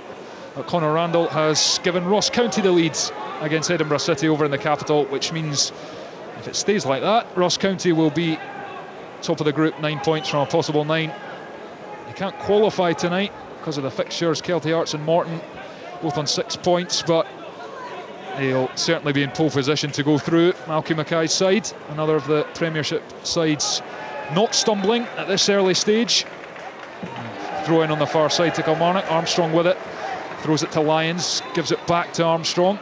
John Beaton's not happy with something, ordered them to retake it again from the right spot.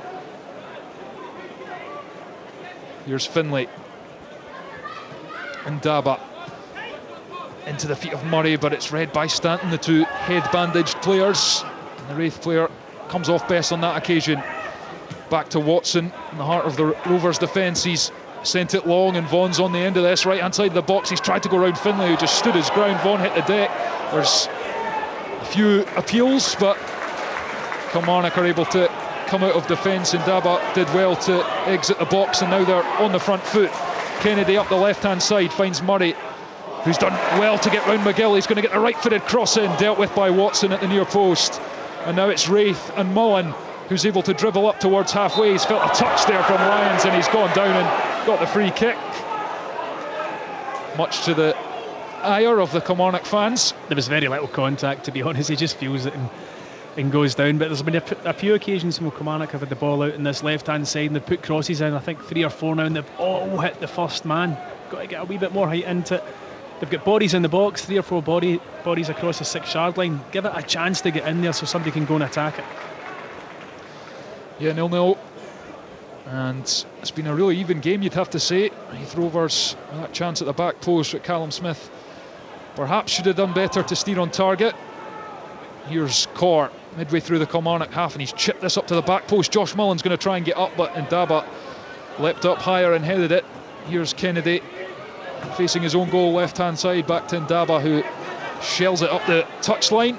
Watson wins the header. Back to the other Watson, David Watson of Kilmarnock.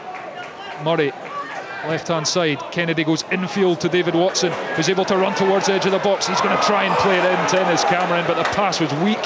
He was off balance almost and just underhit the pass as he tried to reverse it. And now Raith Rovers come with the ball in behind. Vaughan is going to try and chase this. Lyons is there dropping in, and he's done well, the midfielder, to just deal with that calmly and get it away to Armstrong, who's running infield towards his own goal, and under pressure from Easton falls over. Kilmarnock still have the ball, and then Easton gives the foul away and allows Kilmarnock to just eat up a few seconds and take a breather after being under pressure momentarily there. 0-0. Yeah, another little opportunity for Kilmarnock there, David Watson, and he's picked up that position in between the back four and the midfield. He's been floating in around there, picked up the ball, and he just couldn't get the ball up his feet to play the pass through. Should have maybe hit it, Cammy? Yeah, I think when it opened up for him, why not take the shot on? Again, a youngster, maybe not that confident to take that shot on, but he's been floating about that position in the 10 position a number of occasions, and it's hopefully going to hurt Raith Rovers from Kilmarnock's point of view. Here's Kennedy trying to get himself on the box on the left hand side. He turns back on the right foot, he fires it in towards Cameron, who couldn't get the requisite contact with the head on it. It was kind of behind the striker. It's come out the box, and then it's a throw in on the far side now to Raith Rovers. Misplaced pass again though, Thomas. He hits the first defender. There's 5 bodies in the box there for Kilmarnock. He's trying to put a whip on it, and it's the first point of contact. The defender clears it.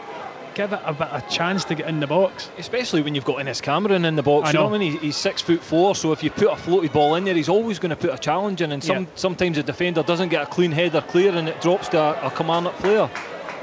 Switch of play here for Kilmarnock, out to this left hand side. Matty Kennedy, he's been up and down, busy. He's managed to just keep hold of that ball, but he's put it off to Callum Smith, and then Kilmarnock win it back. Murray midway through the Raith half, he's under pressure, not given any time, and it's tackled out for a throw into Kilmarnock just inside their own half. 0-0.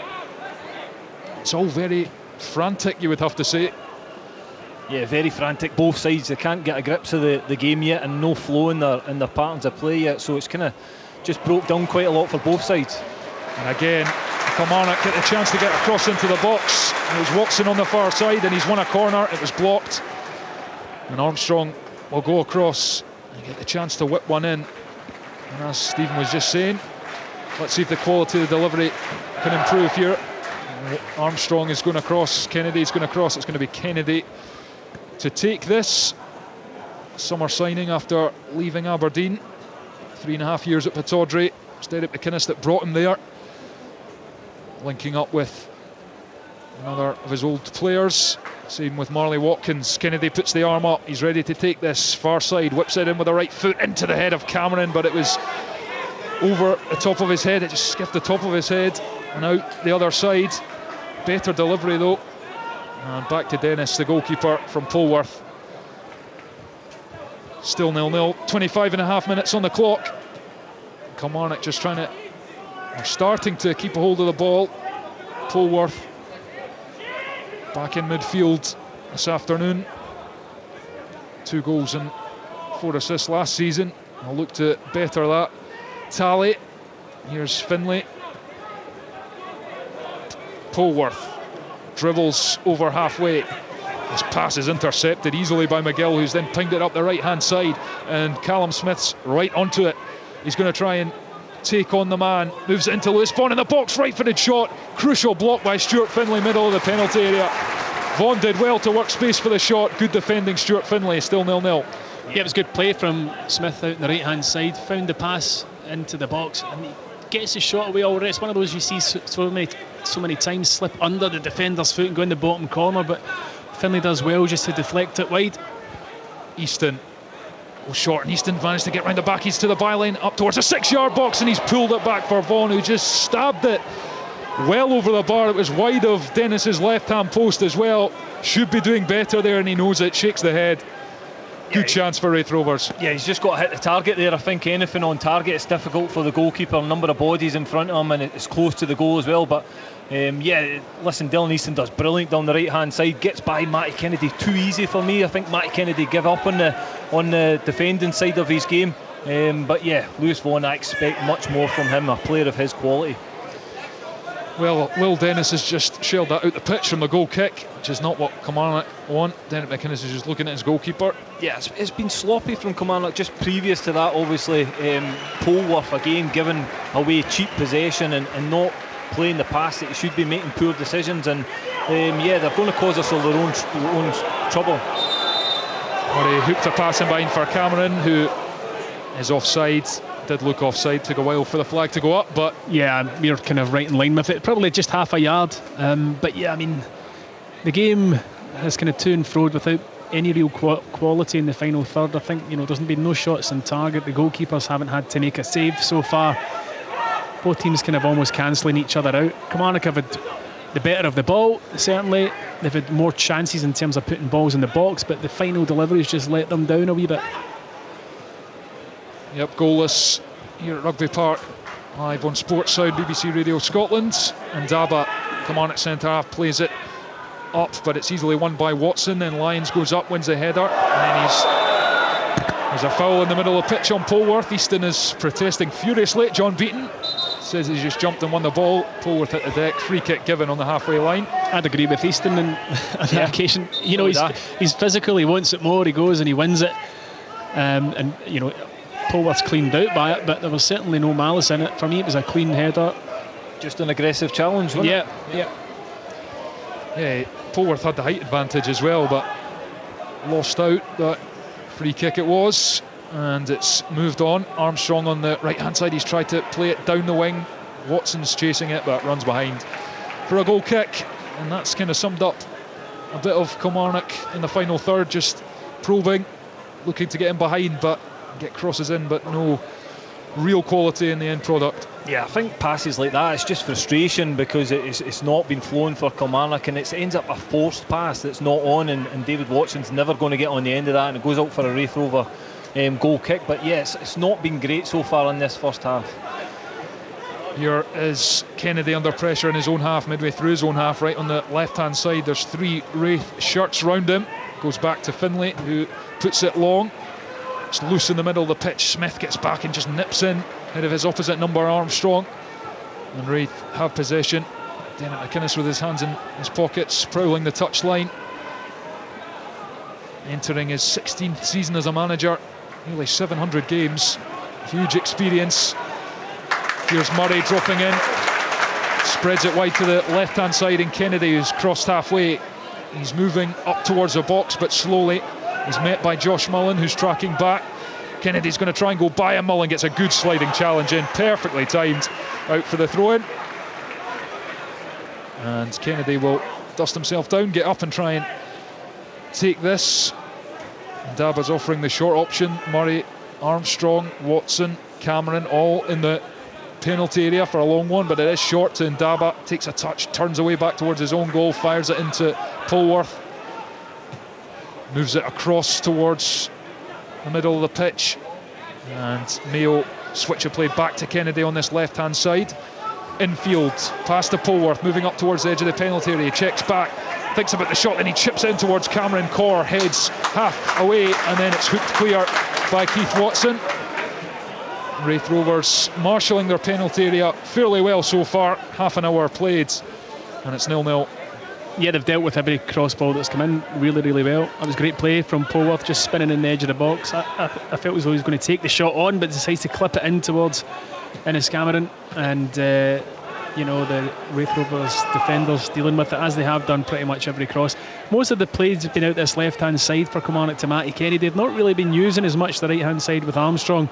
Kennedy's done well this first half. He's looked a threat, probably their most threatening player, Kilmarnock, and but just again, it's just that final piece of the jigsaw for them. Dabrowski, who we've hardly mentioned because he's not had a save to make so far. The Raith keeper sends it long. Daba, he's had to go back to Finlay, who's going to have to chase that, and he's just kept it in on the near touchline and managed to squeeze it up to Kennedy. Good play by the centre half, and then even better from Matty Kennedy, who skipped away from 2, and then Stanton's gone in with a challenge from behind. He got something of the ball, but he's also taken the man, and he's coming from behind, so he gets a yellow card. Yeah, I mean, I did think he clipped the ball, but it's also a dangerous challenge from behind. He had to stop the counter-attack. Had been done by Matty Kennedy's brilliant touch, and Kennedy was then bearing down on the back 4 with options left, right and centrally. It's probably not a bad foul to make in the grand scheme of things, but it's walking a tightrope now. Yeah, I think it's a good foul. Again, Matty Kennedy's running at pace at the back 4, so I think Sam Stanton sees that and makes the decision that it's a good place to give away a foul, and obviously he realises he's probably going to get a yellow card for it, but for me, a sensible foul. Kilmarnock go short, gives it back to Armstrong towards Cameron, who again's in there. It's bubbling at the back post where Mayo hooks it back across, and Daba's there. Finlay takes a touch in the box, doesn't have space to shoot, has to put it out to the left hand side to Kennedy, who's going to take on Mullen, puts a step over in, left footed cross into the near post, again headed away by Dylan Easton, and now Raith can spring the counter. Here's Gullen, and he's trying to play this into the channel, and it's Smith who's going to come across and chase, but David Watson, the teenager, was back to cover and puts it out for a throw-in on this near side. 0-0, 33 played.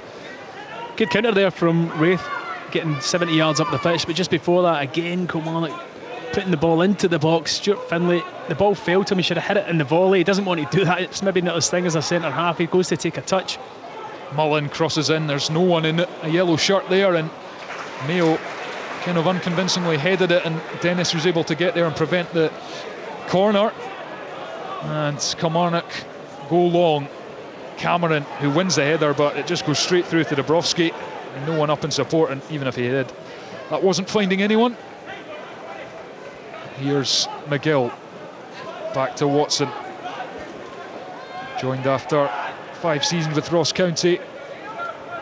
A coup for Raith Rovers to bring him in, and it's long, and Daba holds on to Vaughan a bit and it bounces. Finlay will have to deal with that, goes back to Dennis, but Rovers front line have been industrious at closing down. Long towards Innes Cameron, he's flicked on, and Armstrong's going to run round the shoulder, but a crucial challenge from Liam Dick, the left back, to get a foot in and prevent Armstrong running in one-on-one on the goalkeeper. Yeah, it was good defending from Dick there. It was just a long ball, but Raith Rovers kept quite a high line, so it allowed Innes Cameron's flick on to go in behind him, and Danny Armstrong was right on the tail, but good defending from Dick again.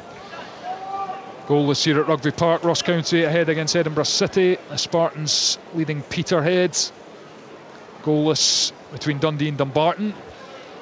And here's a throw in far side for Kilmarnock. It's going to be launched in to the edge of the 6-yard box. Finlay went to try and meet it, and there's a free kick being given in the box. Raith Rovers with a chance to take the sting out of the Kilmarnock pressure. Dabrowski just throws it out. Raith Rovers, as we say, if they can win this game, put themselves in a good position ahead of their final game away to Annan on Saturday. They like a shock in this competition, beat Aberdeen a couple of years ago in the last 16. Of course, won it in 94, beating Celtic on penalties at Ibrox. Famous day in the club's history. Looking for more of that. It's Kilmarnock who move the ball forward. Cameron chases, and it's forced out for a throw in. Armstrong looks to go quickly on the far side, right hand touchline. Gives it backwards to Mayo, who throws it into Armstrong. Back to Mayo, and it's out on the far side for a throw in. Kilmarnock looking to build some pressure as we tick towards half time. They've not tested Kevin Dabrowski in the Raith Rovers goal. And here's a ball inside, looking for Polworth on the edge of the box, but again it's easily cut out by Raith Rovers, and they launch the counter-attack. Josh Mullins crossed halfway, he's looked for the ball in behind for Smith, didn't reach him. Smith might have been offside anyway, and then Kilmarnock try to go back to front with Cameron, but the whistle had already gone, and then Cameron's tried a finish and he's put it wide anyway. John Beaton shouldn't have blown his whistle there, because the advantage had been played, and Innes Cameron was in behind the Raith back four from a long ball. He should have noticed that had happened, and it wasn't a head knock that he stopped the play for. Stuart Finlay had just been fouled. He's now kind of saying I didn't see it. It was a strange one, Tom, though, because I think he waited 2 or 3 seconds, and as soon as the ball got played over the top, he blew his whistle, yeah. and he should have just let the play go, as Absolutely. you said. Really poor decision from John Beaton there. Yep, well, he did blow the whistle, and it's a free kick. Stuart Finlay with a ball at the back, and it's just allowed Raith Rovers to regroup and get back in their shape. Finlay assesses his options. 36.5 played here. Ticking towards half time. It's up towards Cameron. Flicked on, and it's in the box again towards Murray. There's that bounce up off a hand of Stanton. It's come back to Polworth, who's taken the strike, and it's just gone past the Dabrowski's right hand post. Well, there were appeals for a penalty there. It bounced up off Stanton. It maybe hit his arm, but they were by his side and he didn't know too much about it. I think it is chest, if I'm being honest. But yeah, when the ball comes back out to Polworth, I've seen him score goals from distance in the past. He's a long way out. There was a good 25-30 yards out. Catches it really well, and on this surface it's going to skip and slide. Probably a metre past the post in the end. Still no goalkeeper made a save. No, it was a decent strike. It had Dabrowski worried a little bit. He made the dive, but yeah, I think you could see it was going wide. But a clean strike from Polworth, and as you said, we've seen him hit it from that distance before and fly into the back of the net. Raith Rovers throw in midway through the Kilmarnock half. Mullen throws it back to McGill under pressure from Murray, who wins the ball back to Kennedy. Here's Murray again. He's got 3 yellow shirts round him, and he's managed to He's under pressure, and it's eventually come back off him and out for a Raith Rovers throw-in. You can see Raith Rovers' intent to try and close down Kilmarnock in their own half. They've pressed really well in this first half. They've pressed high up the pitch, and every time Kilmarnock have had a foot on the ball, there's somebody in their face, so they've made it difficult for Kilmarnock so far.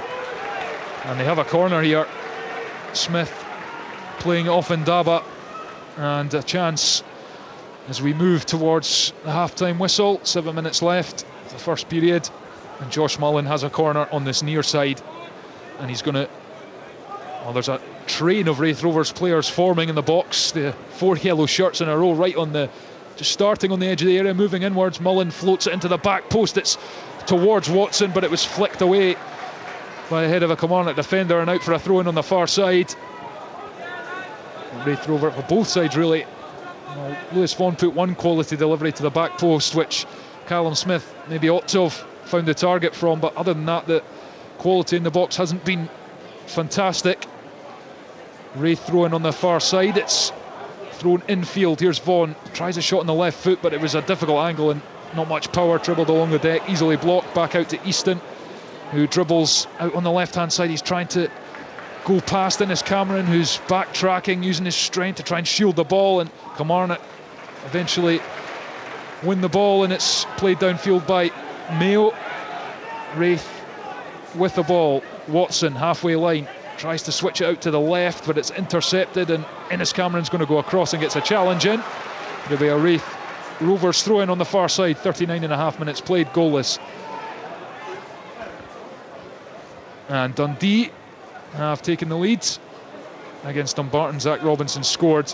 It's a vital goal for Tony Docherty's side as they look to, well, they're well behind Airdrieonians, but even if they could get to 9 points, that would be a decent position to finish as one of the 3 best runners up, with a game still to play on Saturday, of course. Goal kick here to Kilmarnock. Will Dennis plays it long up towards halfway, and Dava and Polworth are in there. Polworth just ducked. Lyons has won it back, prodded it back towards his own goal. Finlay helps it on to Dennis, who side foots it up towards halfway, flicked on by young David Watson.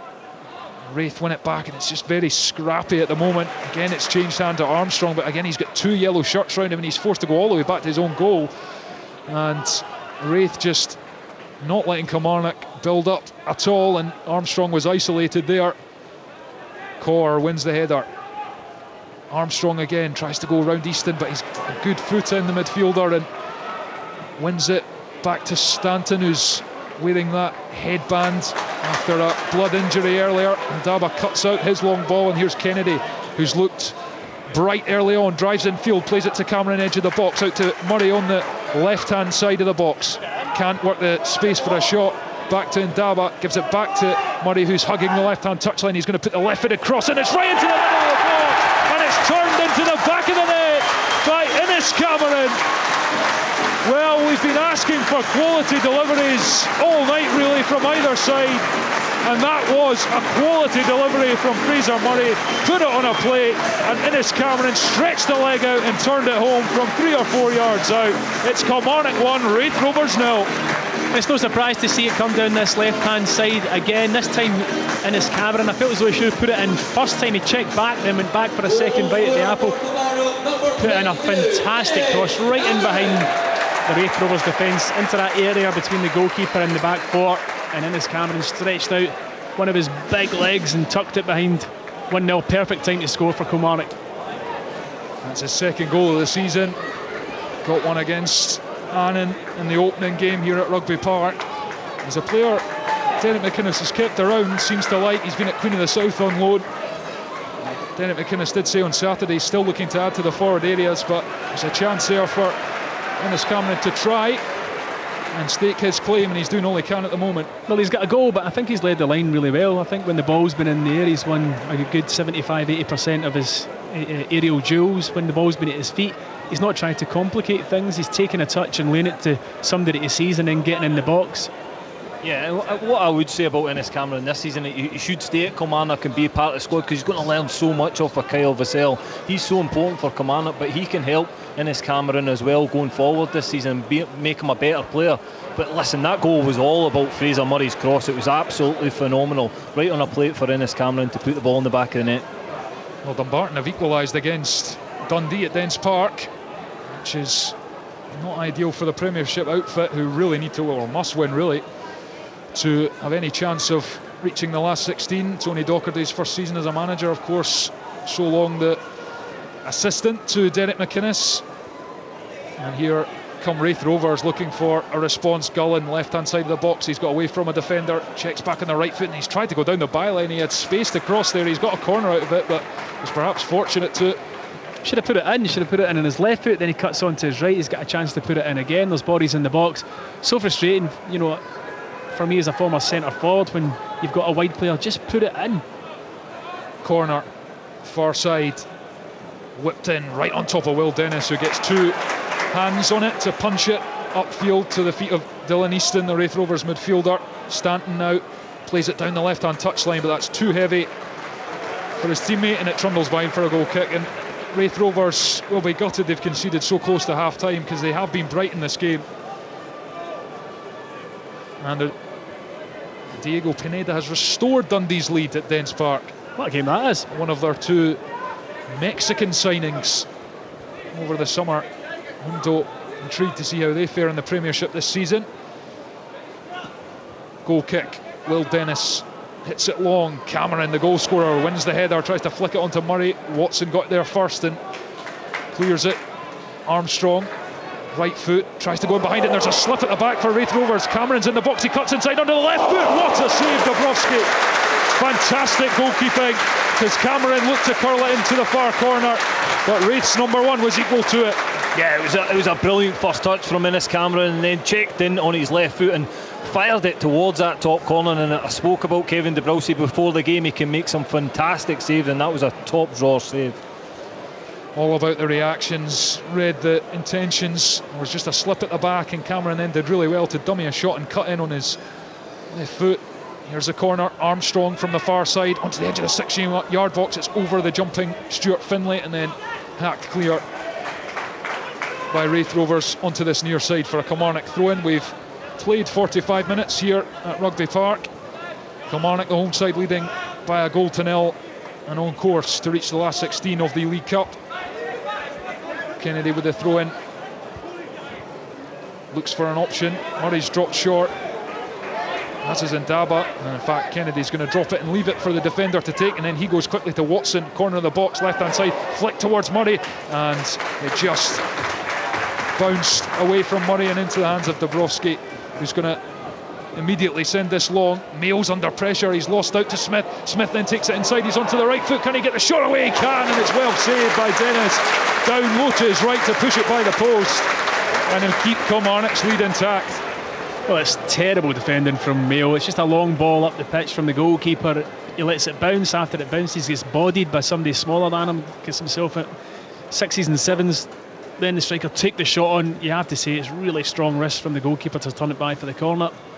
Corner right to the back post, and it's headed importantly away by Ndaba, and that's the last action of the first half. Derek McInnes sprints down the tunnel with his side in front at the break. It's been a really even game, you have to say. Not too many clear-cut chances, not too much for either goalkeeper to do until the death there, really. Ennis Cameron with a breakthrough. Fraser Murray, who had to go off momentarily for a head knock, came back on, bandaged up, and he's whipped in a wonderful ball from the left-hand side, which Ennis Cameron just stretched out and prodded home to give Kilmarnock the lead just 3 minutes before the break. Raith have responded fairly well, and they had that chance there. Callum Smith forcing Dennis into a really good save. They are still well in this game, but at the break here at Rugby Park, it's Kilmarnock 1, Raith Rovers 0. The Scottish League Cup. This is the chance they've been waiting for. Cross court comes back for it. Live on Sports Sound from BBC Radio Scotland.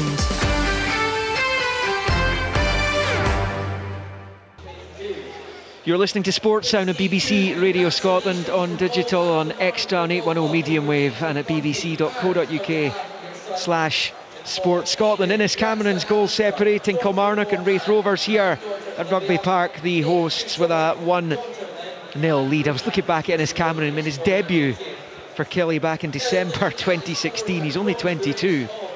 He's of course been away on several loans, including at Stranraer, Ayr United, Alloa and Queen of the South, but he's clearly looking to make an impression on the Kilmarnock first team under Derek McInnes this season. Also scored against Annan on match day 1, and he is the difference here in this game, which is obviously going to put Kilmarnock into a fabulous position in the section if they are able to see it through. They're halfway to doing so, Group F, and if they win this one it will be 3 wins from 3. Elsewhere tonight, 3 other matches in the groups. In Group B, it's Peterhead 0, Spartans 1. They're all at half time now actually, and Spartans 1-0 up. Blair Henderson scoring his 3rd in 3. What a good start to the campaign it's been for him. So Spartans still in the mix, winning a defeat going into that one tonight. Of course the win came against Dundee United. They would go level on 6 points at the top of Group B if they can see that one through, along with Partick Thistle and United. Thistle and Spartans crucially would have a game still to play at the weekend. United have played their quota of 4 matches. Falkirk on 5 points and Peterhead at the bottom on 1 point as it stands. In Group D, Ross County, and I make this a first ever senior goal for Connor Randall. I'm there to be shot at, you can try and prove me wrong, but I make that his first senior goal. It's a big one for Ross County. They lead Edinburgh City 1-0 at Meadowbank, and they would be 3 wins out of 3 if they can see it through as well. In Group D, Greenock Morton currently on 6 along with Kelty Hearts. Stranraer on 3, they are out, played all 4, and Edinburgh City, because they reverted back to Edinburgh City, having been FC Edinburgh for 1 season only last year. And the other match taking place tonight, big one for Dundee. Of course, Tony Docherty was assistant here for the last season and a half. He's out on his own, having consciously uncoupled from Derek McInnes in the summertime. He's now a man in his own right, a manager in his own right at Dens. And Dundee 2-1 up in a bit of a thriller there. The goals ran in the space of I think about 10 minutes. Zach Robinson opening the scoring for the D before Tony Wallace equalised for Dumbarton, and then Pineda, the Mexican, one of the 2 Mexicans, Portales the other one, making his debut tonight for Dundee. So it's Dundee 2, Dumbarton 1, and that would mean Dundee would go to within 3 points of Rhys McCabe's Airdrieonians, who are 3 wins from 3 themselves in Group E. It's Dundee on 6 as it stands. Dumbarton would stay on 5. Cally Thistle and Bonnyrigg Rose out of the equation. We are going to be hearing from the Hibs manager Lee Johnson. We have got that interview which has been sent from Andorra, which we can play for you at half time. And this one, quick word with the guys before we do that though. Stephen Thompson and Cammy Bell have been watching this match here at Rugby Park. Kilmarnock leading by 1-0. Could have been goals at either end, to be honest. And is it fair to say it's been a fairly even game so far, Tom? Although Kilmarnock obviously would be the happier given they've got the lead. I think Kilmarnock have had the better of the possession. I think they've had the better of the territory in the final third. The quality of their balls into the box were poor up until the goal, and it was a fabulous ball in from Murray and Innes Cameron in the right place at the right time, like all good strikers are. The game it wasn't a great game to watch up until that point. Innes Cameron then had another quite good opportunity. You could see he was confident, cut inside in his left foot, hit the shot, which Dabrowski did well to save. And then up at the other end, for the first time, Raith actually test Will Dennis in the Kilmarnock goal with a shot from 19 yards. Keeper does well. I said you'd expect him to make, but does well to get down and turn it round the post. Up until the goal, neither keeper, there hadn't been a shot on target, neither keeper had made a save. It wasn't a great spectacle. Raith were doing well. I think Ian Murray would have been pleased with the performance in terms of keeping Kilmarnock, the Premiership side, quiet and holding a wee threat of their own without it being a serious threat. They were still very much in the game. They are still very much in this game, but they're going to have to create more opportunities and be a wee bit more adventurous in this second half. For Kilmarnock, I'm not sure Derek McInnes will be overly pleased with the first half performance. I think there's another couple of gears I think that Kilmarnock will need to find once the Premiership season starts. Will Dennis made a good save right at the end there though, Cammy? Yeah, he did. And listen, it came from Kilmarnock's own fault. It was really poor defending from Mayo at the back. He got himself in all sorts of bother, poor body position, out-wrestled by somebody smaller than himself, and it allowed the opportunity. But listen, Will Dennis made a good save. As Tom will say, probably one you would expect him to make, but a good one albeit. Kilmarnock, I think there's just been too many turnovers of the ball when they're in possession. It's been a little bit scrappy, a little bit rushed, frustration showing that they've not really got a full handle on this game. And Raith Rovers, to their credit, I think have pressed really well. They've been in Kilmarnock's faces and made it difficult for Kilmarnock to break through the lines, and always posed a threat on the counter-attack. Yeah, Lewis well. Vaughan's had a good chance as well, hasn't he? Yeah, listen, the Raith Rovers have always been in this game. As I say, there's been a number of opportunities that they've set themselves up for the counter-attack, and they look really fast when they're going forward. And also, watching Kilmarnock's defence, they do look a little bit ropey for me. I don't think I'm totally convinced by watching this performance so far tonight. There's two new centre-halves and a back three though, isn't it? So it's going to take a bit of time to get used to each other. However, I'd agree with you, there's been a couple of balls in the air where maybe somebody's not been tucking around and covering, and the Mayo one that you talked about there. Stuart Finlay one as well. There was a straight ball up the pitch and he got his body position all wrong, headed it up in the air, which allowed Raith Rovers up the pitch and another opportunity. So I just think that Raith Rovers will look at that, and Ian Murray will be looking at half time saying, look, we can get at this Kilmarnock defence, and there is goals there if we keep pressing high and we get a bit better quality up in that final third. So it is 1-0 to Kilmarnock against Raith Rovers here, as these two League Cup winners of the past try and get themselves into the next round. And obviously Colin Cameron, Ian Murray's assistant down there, was one of the penalty shootout heroes at Ibrox when they beat Celtic in that final almost 30 years ago. 30 did you just say? 30 years ago, goodness. Nearly. I mean, it's just ridiculous. Where's that time gone? We're ancient now, that's us.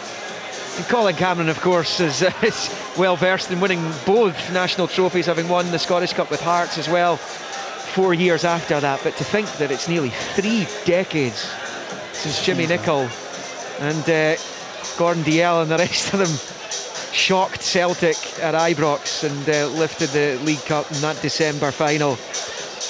Pretty incredible. What's also incredible is the amount of money being spent by Saudi Arabian clubs just now, and the club that Steven Gerrard is in charge of, Al Ettifaq, have just announced this evening the double signing of the Scotland international Jack Hendry, who's left Club Bruges, and the former Celtic striker Moussa Dembele, who will have played with Jack Hendry at Celtic. They have both joined Steven Gerrard at Al Ettifaq.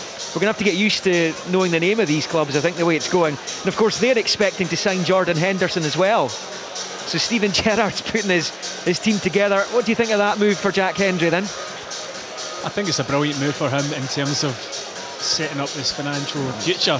I'm sure he wasn't on pennies at Bruges, but that's going to be properly life-changing for him, isn't it? Yeah, it will be. I suppose, I mean, you think about the standard and you presume the standard's not going to be that high, but the more players that get attracted to go over there, the standard will rise. I don't know. I mean, Mbappe's been linked with a move out there. If he goes out there, what is he, 23, 24, then, you know, I would have to shake my head at that. Mbappe's got to be playing in one of the top leagues in the world, and that most certainly isn't one of the top leagues in the world. That's what they're hoping. That's what they're trying to do, though, isn't it?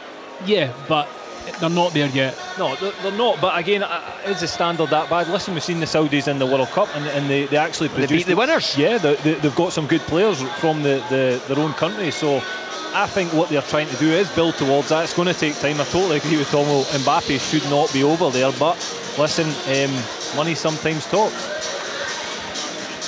Well, Hibs will want to be doing plenty talking on the pitch tomorrow night in Andorra when they play their first European match of the season, what they'll hope will be the first of many European matches there in the second qualifying round for the Europa Conference League. They'll be playing Interclub Descaldes in Andorra in the first leg tomorrow evening. We'll be live with BBC Scotland on the iPlayer. Hibs start tomorrow night. Let's get back to the second half here at Rugby Park, though. Kilmarnock leading Raith Rovers by 1-0 in this penultimate group stage match for they and Raith Rovers. Stephen Thompson, Cammy Bell and Thomas Duncan. Thanks, Liam. Kilmarnock get us underway again, leading by 1-0, and on course for the last 16 of the League Cup for the second consecutive year. and something they are incredibly keen to do more of. Dennett McInnes has come in to try and build this club back up from the Championship. Job 1 was getting them up, Job 2 was keeping them there. They want to build on that in the league this season, and here comes Easton for Raith Rovers, the edge of the box, out to Mullen on the right hand side. McGill, the right back's up and he's put it through the legs and he's driving into the heart of the box. He's pulled it back to Dylan Easton, who's found the bottom corner, and what a response from Raith Rovers in this second half. Flash of brilliance from McGill, pulled it back for Easton and he just drilled it into the bottom corner. 1-1. It's brilliant play from McGill down that right hand side, cuts inside, I think it's Ndaba, and the vision to pick the pass out into the path of the striker. It wasn't like a lacy shot. He took the side foot, knew what he was doing, picked his corner, put it in the bottom corner, in off the post. Actually, I think, Cammy, the perfect start for Ian Murray and Raith Rovers in this second half. After having not looked that much of a threat in the first half, apart from in the counter, they're right back in the game.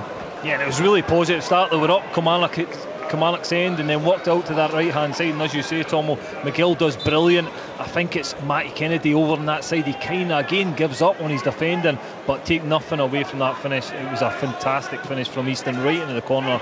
Will Dennis absolutely no chance. Well, he scored a wonderful equaliser against Dunfermline in the opening match of this group stage, and he's done it again. Dylan Easton, lovely finish into the bottom corner of the net. And Kilmarnock, what do they have now? They come forward, it's touched round the corner by Armstrong looking for Cameron, but it's read by Corr, who sends it long. And Raith Rovers, it'll be interesting to see where they are in the shake-up for the Championship this season. It's difficult to call. Everyone, by dint of their status in Scottish football, would say Dundee United are favourites and should be expected to win, but we've seen they've not been great at the start of this season. And there are other teams. Dunfermline looked good on Saturday. Raith Rovers, Partick Thistle, of course, going well under Chris Doolan. Queen's Park were up there last season. Here United with a good win against St Johnstone last night. As Kilmarnock come forward, Cameron tries to play off to Watson, and it's cleared down the field, and Daba wins the header, and then it's back to the goalkeeper Dennis for Kilmarnock. But yeah, the Championship should be a fascinating league this season, and Raith Rovers, well, they've not been in the playoffs for a couple of seasons, finished 7th last campaign. They were nowhere near the promotion playoffs nor near the relegation equation. I want to push on. Here is the goal scorer Easton, out to the left hand touchline. Vaughan, who's played it in behind, and he's found the run of Callan Smith. Flag stayed down, Smith's going to cross towards the back post, and Daba was there to cut it out clear out towards the touchline with the right foot. Throw into Raith Rovers, who have started the second half incredibly strongly. Just over 3 minutes gone and they've already found a leveller. Here's Vaughan running at Mayo, who makes the challenge and clears it up the touchline. 1-1. Watson challenged by Dick. Dick's won it. Then Easton plays Dick back in down the left hand side. He's pulled in a low cross. Vaughan's in there. Tackle goes in the box, and Mayo clears up the touchline. It's come off a Raith Rovers player, and it'll be a Kilmarnock throw. 1-1. Yes, it's been great from Raith Rovers at the start of this first half. Again, Kilmarnock getting the line all wrong. I think it's Ndaba at the back that's kept them on, and Callum Smith again just couldn't quite find the player. I don't know if he got the cross quite, not as good as he wanted. He's so desperate to use his right foot instead of his left. I think if you looked at Fraser Murray's cross, that's the type of cross he should have been looking for in the first half. Yeah. Mayo throws it up the right hand side, and Cameron is taking a sore one. He's perhaps landed awkwardly or been stood on. He's limping away, the Kilmarnock goal scorer from the first half. I think he's taken a raker down the Achilles. Yeah, he ran that off. He's limping about, but he's straight into the thick of the action. Loses out though to Dick, who jumped and won the header, out for another throw in. And there's just a bit of unrest here from some of the home fans in the main stand. Their side caught cold at the start of this second half by a wonderful goal from Dylan Easton. Great work by McGill in the build-up, and now it's really a contest. Here's Lyons, looks for the pass for Watson, who's lost out and then tried to battle back, and it's sent down towards a Kilmarnock goal. Goalkeeper Dennis has it. Made a decent save in the first half. from Callum Smith, edge of the box. It's out to this left-hand side. Matty Kennedy's going to go a little run with it. Josh Mullins in front of him.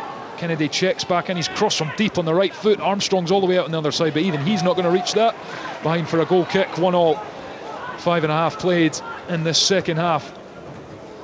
Talk about times to lose goals and bad times to lose goals. And I always talk about either side of the halves, and Kilmarnock scored that goal right before half time. Derek McInnes would have said, right, you've got your noses in front, just keep it that way for 20 odd minutes, just keep the game tight.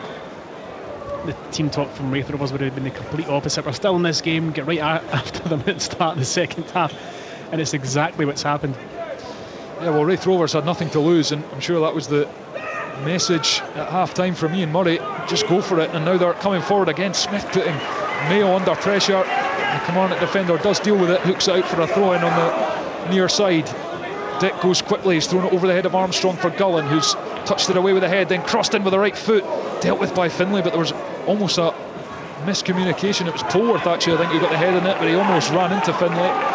Wraith Rovers left hand side, Gullen in the corner of the box almost, right foot across, but it's poor. Finlay side foots it into the air. Murray challenges Stanton. Stanton has come off best after the bounce, and Cameron gets the ball up for Kilmarnock. Kennedy's away on the left hand side. He's got 2 yellow shirts round him. He's got a low cross in towards Cameron. Watson clears. Kilmarnock still with the ball, and it goes towards Armstrong, but easily picked off by Liam Dick. And Kilmarnock will have to start again from their own half. Finlay crosses and over to the left hand side with Kennedy. Looks to jink inside. Across to Polworth. And Peterhead have equalised against Spartans at Balmoor. Shanks for the goal. It's whipped in towards Cameron at the near post. Again, it's dealt with, and then over through to the back post, and had to be knocked out for a throw-in. It's a throw-in rather than a corner on this near side for Kilmarnock. Armstrong will take. Goes short. Gets it back. Tries for the nutmeg through Easton's legs, but it came off the Raith Rovers midfielder out for another throw-in. Kilmarnock trying to get themselves back in front after that quick fire equaliser inside the first minute of the second half by Raith Rovers. Here's Armstrong. Mayo goes for the cross into the box. It's bounced for Murray, can't get the shot in. Out to Polworth, and then tries to help it into the path of Kennedy, who's kept it in, but it's then falls for a Raith Rovers player, and they're on the counter-attack through Mullen. He's looking up midway through the Kilmarnock half. He's going to go to the back post where Smith's waiting. It's going to find Smith, takes a touch with the right foot, tries to shift it onto the right foot for the shot, and it's flashed past the near post behind Dennis's goal. Took a deflection, corner. It was a brilliant crossfield pass out to Smith on this left hand side. He takes a decent touch, cuts inside, but the defender gets the block. Has Will Dennis scrambling to his near post, but a corner for Raith. They've really got Kelly rocked up. Yep, corner to Raith Rovers, and it's going to be Vaughan to take. Whips it in, and it's into the penalty area. It's bouncing about in there. Watson gets a head on it. It's hooked in towards goal. Kilmarnock just still not dealing with it. It's pinball in. Murray scraps his clearance on the edge of the box, and then a whistle's gone. There's a Kilmarnock player down, and it's potentially another head clash here.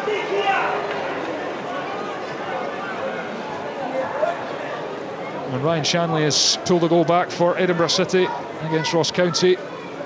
2-1, the Staggies lead in the capital, and yeah, Kilmarnock with a player down in the penalty area, in their own penalty area. It's a copped a sore one in the head or the face. Yeah, again, it's unconvincing defending from me, from Kilmarnock. Nobody takes real responsibility and goes and clears and heads the ball away, and yeah, I think they are rocked at the moment, Tomo. I think they need to compose themselves and get themselves back into this game. I think it was actually 2 Kilmarnock players that collided with each other, Finlay and Ndaba. Finlay's going to have to come off, get a wee bit of treatment. Yeah, Stuart Finlay is jogging over towards us in the main stand, taking a sore one. He looks okay, he's moving fairly freely, slowly. I'm sure he'll be fine to come back on. And Kilmarnock fans booing. And John Beaton just gives the ball back to Will Dennis, the goalkeeper. And Kilmarnock will be able to play out, but it's been Raith Rovers who've had the better of the play in the first 10 minutes of this second half. Easton's equalised, and as Cameron scored just before the break for Kilmarnock. Corr wins the header for Raith Rovers, and it's touched onto Smith and then round the corner from Vaughan, but he was offside as he dropped in to try and play it out wide, and he played a nice pass, but the flag was up. Yeah, it was just unfortunate. I think he comes back from an offside position, and it was again another counter-attack from Raith Rovers. They looked really threatening in this game with the counter-attacks. There was one just previous to that where they had 4 guys galloping forward, and I'm sure that was the message from Ian Murray at half-time, is get forward and put this Kilmarnock defence under as much pressure as possible. Here's Ndaba in his own half, plays it to Kennedy out on the far side. Comes in field, the wing-back, across to Mayo, who looks up. He's going to put this up to the edge of the box where Cameron will jump. It goes over Cameron's head, but it's bounced towards Murray, who's battling to try and win the ball, but Raith Rovers come away with it. Mullins touched it out to the right-hand side, then a lovely pass across the pitch into the centre circle for Jamie Gullen, who checks back onto the right foot and pings it out to the right-hand side, and Lewis Vaughan, who's going to try and take on Ndaba, tries to go on the outside of him, then comes back inside, and the Kilmarnock defender had hands on him for a fleeting second, and Raith come away with it again. Here's Easton driving towards the Kilmarnock box. He's looked to play it to Vaughan on the edge of the area, but it's run through, and Kilmarnock will get it away down the pitch. And here's Kennedy, crosses halfway, looking for support. Murray's inside him, he goes round McGill, he's kept it in, advantage being played, then jinks in towards the corner of the box to Murray, just inside the box, shot blocked. There's a claim for a handball. John Beaton is totally uninterested. There was appeals for a handball, but John Beaton was totally unmoved. Yeah, the shot just ricocheted. It might have hit his arm, but his arm was definitely by his side, the Raith Rovers defender. Yeah, it was also extremely close. Fraser Murray was just a yard away from him, blasted the ball at him. Much better from Matty Kennedy, really positive down that left-hand side, cutting inside onto his right foot and laid it off to Fraser Murray. It was just a little bit crowded for him to get the shot away, and a clean shot at goal. Much better game now. Yeah, that equaliser has raised the intensity in the main stand here as well at Rugby Park. Throw in towards Polworth, headed away by Dick, still floating around the Raith Rovers penalty area. Eventually they get it 3, and Ndaba comes up and tries to send it back, but it's straight to Dick. There's time to take a touch on the chest on the edge of his own box, and he sent it long, slipped in the process.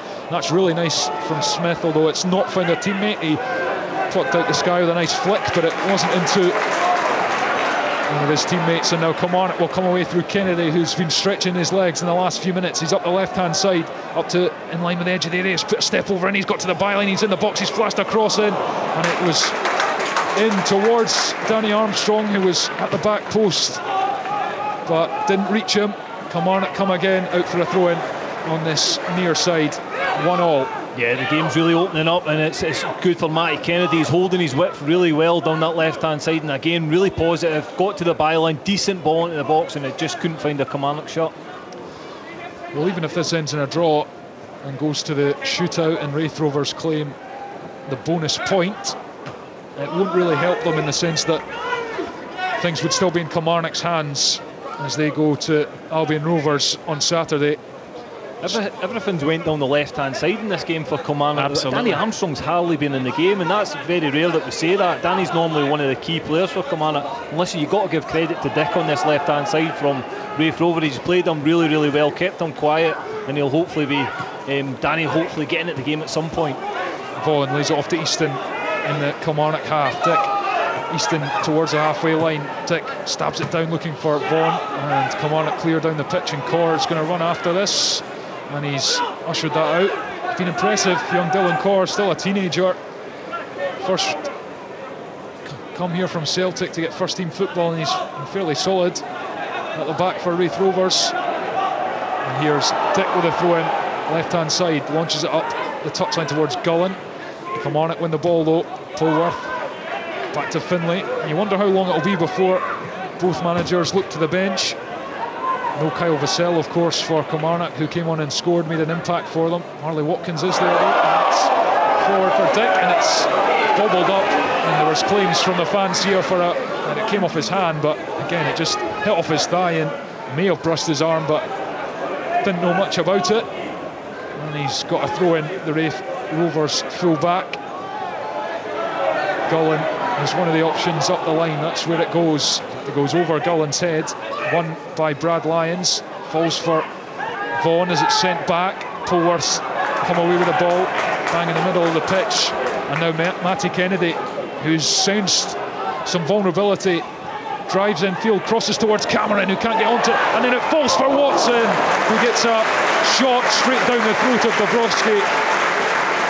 Goods play from the young midfielder getting into the box, but couldn't find the finish. It wasn't a brilliant ball in, but Innes Cameron causes problems in amongst the centre halves of Raith Rovers. It falls to the youngster. He kind of goes for his side foot. I felt as though he should have put his foot through it. It was quite tame in the end, the shot, only from probably just 12-14 yards out, straight at the goalkeeper. Jordan White's just put Ross County 3-1 up against Edinburgh City. Malky Mackay's side on course to go 3 from 3 in the group stages. No bowler for them, it seems, as Dick tries to play Vaughan in, but he's put it straight out the pitch.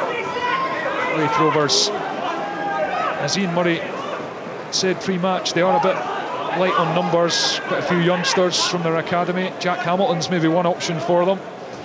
Former Arbroath loanee, Livingston as well. Here's Finlay facing his own goal under a bit of pressure from Vaughan. He's taking a touch and it's heavy there, and then he's given it straight to Callum Smith, who's played it onto Josh Mullen left hand side. Sloppy at the back again from Kilmarnock. Here's Mullen, plays it infield to Easton, whose touch is just heavy and it runs behind for a goal kick, but that's a let off for Kilmarnock. Yeah, I spoke about it before in this game that they don't look convincing at the back. They don't look as if they've got full communication between us. Tomo touched on it, that they are a new group together, so they will take time to gel. But yeah, another bit of unconvincing defending from Stuart Finlay there. Yeah, and Ndaba is playing as one of the 3 centre halves tonight, but he was out on the wing back position on the left hand side on Saturday against Dunfermline. So Derek McInnes just trying to get a sense for his best formation. Here's Kennedy again, and he's shimmied brilliantly right on the touchline down the left, and he's got another cross in, blocked behind for a corner. He's come onto a game in this second half. Yeah, I mean, I felt as though he was Kilmarnock's best player in the first half. Alright, his final ball wasn't great in the first half, but all the threat has been down the left hand side throughout the match for Kilmarnock. In this second half, he's really looked lively, taking on his full back, getting balls into the box, winning corners. And here's the corner about to be taken. They've gone short to Armstrong, who's whipped it in right on the centre circle, and Mayo was there but couldn't get any contact on it, and it's cleared by Raith Rovers. 1-1, 63 played here at Rugby Park, live on Sports Sound, BBC Radio Scotland's extra, medium wave digital and online of course. Continuing our coverage of the League Cup group stage, with the league season beginning in earnest a week on Friday when Dundee United play Arbroath, and Callum Smith's bought a foul for Raith Rovers in the Kilmarnock half in line with the centre circle, much to the ire of the fans sitting around us here. Poor defending again though, Cammy. I mean, yeah, every single one of the 3 centre halves has had errors and looked not at their best this evening. On that occasion again, it was Mayo, gets far too tight, gets rolled by a player half his size, and eventually gives the foul away in a dangerous position. Gone short, then Easton's put it right to the back post, and there's a head on it, but the flag's gone up on the far side. It's ended up on the back of the net, but the flag went up really early, I must assume for a push. Watson's over appealing with the linesman, and he's either summicked it or either offside as the ball came in, or there's a push at the back post, but the header ended up in the bottom corner, but it won't count. Looked very tight for offside. Must have just been as the ball was struck at the back post. Gets up really well, and the header's great back across the goalkeeper into the bottom corner. Yeah, it was a really good ball in from Dylan Easton as well, flat. It was difficult. I seen Will Dennis looked as if he was going to come, but then kind of got himself caught in a little bit of no man's land. But as you say, a good header, so Kilmarnock get let away with it again. Yeah, and there's a bit of anxiety in the grounds as Kilmarnock have not started this second half particularly well. Well, Matty Kennedy aside, down that left hand side, and it looks like there's activity on the bench. Marley Watkins is clambering down from the dugout. Looks like Kyle McGuinness as well is going to come on for Kilmarnock. He's taking a swig of water. cleared down the pitch by Finlay, and he's actually just shelled that straight out, and it just speaks to the lack of composure, Stephen, that they've showed. Yeah, they've shown a lack of composure, but a lack of confidence as well and belief. And I know it's early on in the season, but this back three, if it is going to be the back three that plays in the Premiership's got some work to do. They really do. I can understand why Derek's making changes. Raith Rovers have been the better team in this second half. Cameron wins a flick on to Murray, edge of the box. He's lost out though in the battle with McGill. Picks up the scraps again though, Murray. Here's Kennedy, left hand corner of the box, puts a step over in, comes in on the right foot off the Polworth, who's going to take a shot. It's deflected. Dabrowski went down, but it's away from goal and headed out by Dick, but only as far as Armstrong, right hand side. Takes a touch, he's under pressure and has to go back to Finlay in the centre circle. He's driving forward, there's room to go up to within about 35-40 yards of goal, but he's closed down eventually, and it's back out to Kennedy. Left hand side, comes in on the right foot, tries a shot at goal, blocked by Mullen. Out for a throw in on the far side. 1-1, 66 minutes played here at Rugby Park. Finlay across the back line to Mayo. Kilmarnock just looking to inject some urgency, some pace. McGuinness and Watkins about to come on, doing their stretches. And there's a trip there from McGill on Fraser Murray it is, and it's going to be a free kick. Good chance for Kilmarnock to deliver out on the left hand side, and they've actually gone quickly. Kennedy, left hand side, can he get across? And he's moved it infield to Murray. He's moved it back to Armstrong, who's lofted into the back post where Finlay's waiting. He gets a head on it, it's up in the air, it's bobbling about, and then Indaba gets the strike on the volley, but it was well wide of Dabrowski's goal. 1-1 still. Yeah, again, it's Matty Kennedy wanting the ball in play as quick as possible, lays it inside, and it eventually finds its way to Danny Armstrong. He kind of scoops it towards the back post, and Finlay puts enough pressure on, and Raith Rovers didn't look convincing at the back either there. But again, the chance goes a begging for Kilmarnock. Yep, better play though from the home side.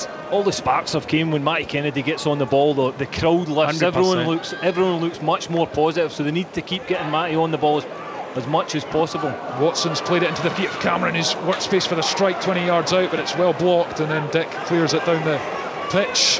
And this will perhaps be the moment that those substitutes are introduced for Kilmarnock. Paul Sheeran is having words with Watkins and McGuinness, and Fraser Murray is going to be one of the players to make way for Marley Watkins. And he traipses off, and it's Brad Lyons, the other player to come off for Kyle McGuinness. So 2 changes for Kilmarnock as they look to try and get themselves back in front of this in this game. And Kyle McGuinness, well, he could be a big player for this season in terms of bringing a spark to that Kilmarnock midfield if, and it's a big if, he can stay fit. Yeah, he's had a really tough couple of years in terms of injuries. He's a fabulous footballer when he's fully fit. He's such a good engine. Yeah, Lee Johnson was constantly bemoaning the fact that he just didn't have him available for a lot of last season. And it's bounced, and here's Vaughan for Raith Rovers into the box. Good recovery from Stuart Finlay to touch that out and put it out for a throw in on this near side. But again, it's not convincing in dealing with the first ball, and Raith Rovers go quickly, trying to keep the pressure on. But Smith eventually loses out, and then the ball's hit off him behind for a goal kick. Again, not convincing is an understatement. Yeah, listen, it's just a simple long ball over the top, and Kilmarnock can't deal with it. If the Kilmarnock defend like this in the Premier League, they'll get absolutely punished. Agreed. Yeah, 100%. It's been really poor tonight at the back from Kilmarnock. It's surprising as well, because they did look solid against Dunfermline, who are a similar level of opposition on Saturday. They had Robbie Dees was playing instead. They also look very nervous tonight, I would say, at the back. They don't look composed at all, and this is against a Raith Rovers side. No disrespect to them, they're a championship side. When Rangers come to visit in the league campaign, it's a different story. You need to be convincing, you need to be composed, so they'll really need to work on that.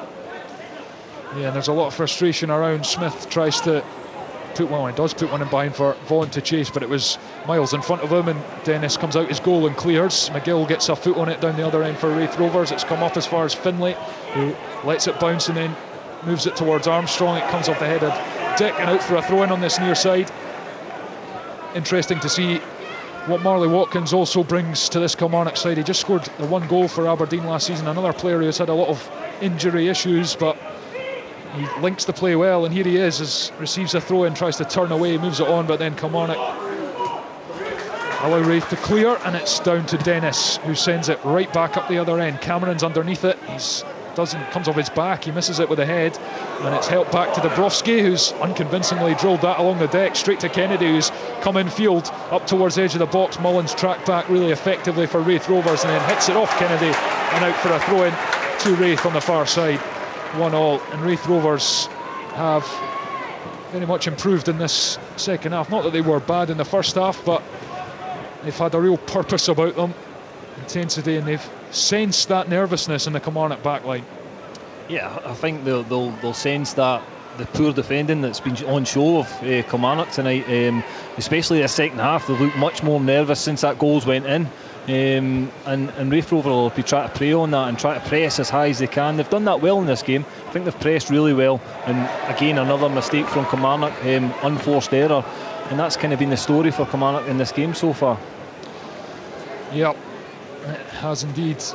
And Raith Rovers throw in on halfway on the far side, and going in search as we pass 71 minutes for the goal they need to have their fate in their own hands come Saturday. And it's another bubble about on the edge of the box, and here's Gullen in the box for Raith Rovers, and he's loses out to Mayo in the end, but was allowed to bounce on the edge of the box, and then Armstrong nipped the ball away. And actually it's run out for a throw in, couldn't keep it in, Armstrong. Raith Rovers with their tails up after that Easton equaliser in the first minute of the second half. Dick with a throw in, gives it to Vaughan, who's going to try and work space for the right foot. He's chopped back on the left hand side. Easton drives into the box, he's holding off the defender, he's turned back, can he get the shot away, and he's flashed it across goal. Not sure if that was a cross or a shot. Smith was arriving at the back post, but he was never getting there. No, it was excellent play from Dylan Easton, definitely a shot. He chinks inside really well onto his left foot, just dragged the shot ever so slightly. Smith at the back post was desperately trying to get on the end of it, and it's down the Raith Rovers end. McGill takes out his own box out to the touchline, puts it up towards the halfway line, but it's back with Kilmarnock, and they lose out. Cameron doesn't get his touch in, and Raith Rovers come away. Mullen, middle of the pitch, and he's taken it away from Ndaba, and he's driving at the heart of the Kilmarnock defence. He's got options as well. He's going to drive the shot in, but it was well wide, and it's taken a deflection, has it? John Beaton signalled for the corner. Yeah, I didn't think it hit anybody on the way through. He had options, he had 3 options, but he decided to drive and take the shot on himself. Possibly the wrong decision, but the corner is being given. It came from another mistake, it came from another poor clearance this time again in Bada. Out for a corner, and Raith Rovers trying to pile on the pressure. They've got that train going in the box, into the 6-yard box, headed up in the air by Cameron. Kilmarnock goal scorer only as far as Stanton here, lays it off to Easton on the edge of the box. Dennis saves, falls for Liam Dick, who smashed it in. Raith Rovers celebrate. They've been fantastic in this second half, and they've capitalised again on some slack Kilmarnock defending. Liam Dick blasts them in front. They lead 2-1 at Rugby Park. Yeah, again, poor defending from Kilmarnock, but great play from Raith Rovers. They keep the ball alive after the corner goes to the back post. The shot comes in, Dennis can only parry into bodies, and Dick absolutely smashes the ball home. And you've got to say, nothing less than Raith Rovers deserve. They've been brilliant in this second half. Would you give the goalkeeper any type of criticism there when he palms it straight into the path? Could he put it wide, or was it too quick? Listen, what I would say, Tom, was there's a number of bodies in there. The strikes from 18 yards, there's still all the bodies in front from the corner, so I've got to give him a little bit of credit. He makes a save. You would expect the defenders to be closer to the players as well, and they've not been. And as I say, I think Raith Rovers deserve that over the piece. Oh, they do, certainly in this second half, and the finish from Dick's emphatic. Well, it's some turnaround from Raith Rovers, and they got to celebrate with their travelling fans perched up behind the goal that Liam Dick just belted it into. And Kilmarnock have a job on their hands now. A win tonight would clinch top spot in the group and a place in the last 16, but now Raith Rovers are in control. It's pinged into the box. Cameron got caught underneath it. It wasn't the best ball, too low, and it goes behind for a goal kick. Raith Rovers 2-1 in front as we enter the final 15 minutes of the 90 here at Rugby Park. It just shows you Kilmarnock have done the job in the first 2 games, but a lot of Premiership sides have struggled in this League Cup group stage. Yeah, and I spoke to a number of Kilmarnock fans coming in tonight, and they were very positive of the signings that I'd made. They were happy the way the team was playing, and they looked and they could see a progression. Tonight, on tonight's showing for myself, first time I've seen Kilmarnock this season, I don't think there has been a progression. Another mistake at the back. It's turned over here. It's Gullen. He's up to the edge of the box. He's out wide of the post though. He chops back in on the right foot, gets the shot in, falls for Easton, cuts it back across, and it's fizzed right across the goal. No one in a yellow shirt there to tap it home, but it's out to the far side with Smith still alive. He's going to look to take on the defender, and it's out for a throw-in. Good challenge in the end, and Kilmarnock just, every time it goes up their end of the pitch, they just look unconvincing. It's hard to believe, to be honest with you, the amount of defensive errors we've seen in this second half from Kilmarnock. It really has been an absolute shocker, and I think Derek McInnes will be right after them after the game. This defence needs an awful lot of work before the Premiership campaign begins. I don't know whether it's a confidence thing, whether it's here in front of a decent crowd, in front of the home fans, and maybe after there's been 1 or 2 mistakes it's just kind of snowballed, but it's been an abnormal amount of defensive errors you would see. Normally in a game of players playing at Premiership standard, you might see a couple of mistakes a game from defenders. They're probably 7, 8, 9 in this second half alone. Yeah, and they're from all the back 3 as well. It's not just one individual that's making them. Every single one of them have made a number of errors that have allowed Raith Rovers to have opportunities. And as you say, Tomo, that can't go into the league campaign because they will get absolutely punished by a better quality of a striker. And they have been punished here tonight by Raith Rovers so far. But yeah, it's concerning seeing it, and again reflecting on last season's defence to this season, you would say there isn't that experience that sort of Ash Taylor brought to the back 3 last season, or back 4, whatever Derek McInnes played. So that is missing. So I wonder if he'll try to bring another player in over the period of time. Well, certainly when he was speaking on Saturday, Derek McInnes was saying it was the forward areas he was targeting, another striker he wants. So he says they're top of the league for speaking to people, but I wonder if surely not change his mind based on one performance, but you never know. And Raith Rovers have made a substitute in Jack Hamilton is on, a striker to lead the line, and it's a throw-in on the far side, a chance in the box, flicked on and out for a corner kick. And every mistake that happens or bit of pressure Kilmarnock are under, the ire in the main stand here grows. Well, you just don't see a reaction from the Kilmarnock players, and I think that's probably part of the frustration from leaders on the pitch as well, Tomo. I don't see many there. Corner comes in, it's right on top of the goalkeeper, and he claims it comfortably.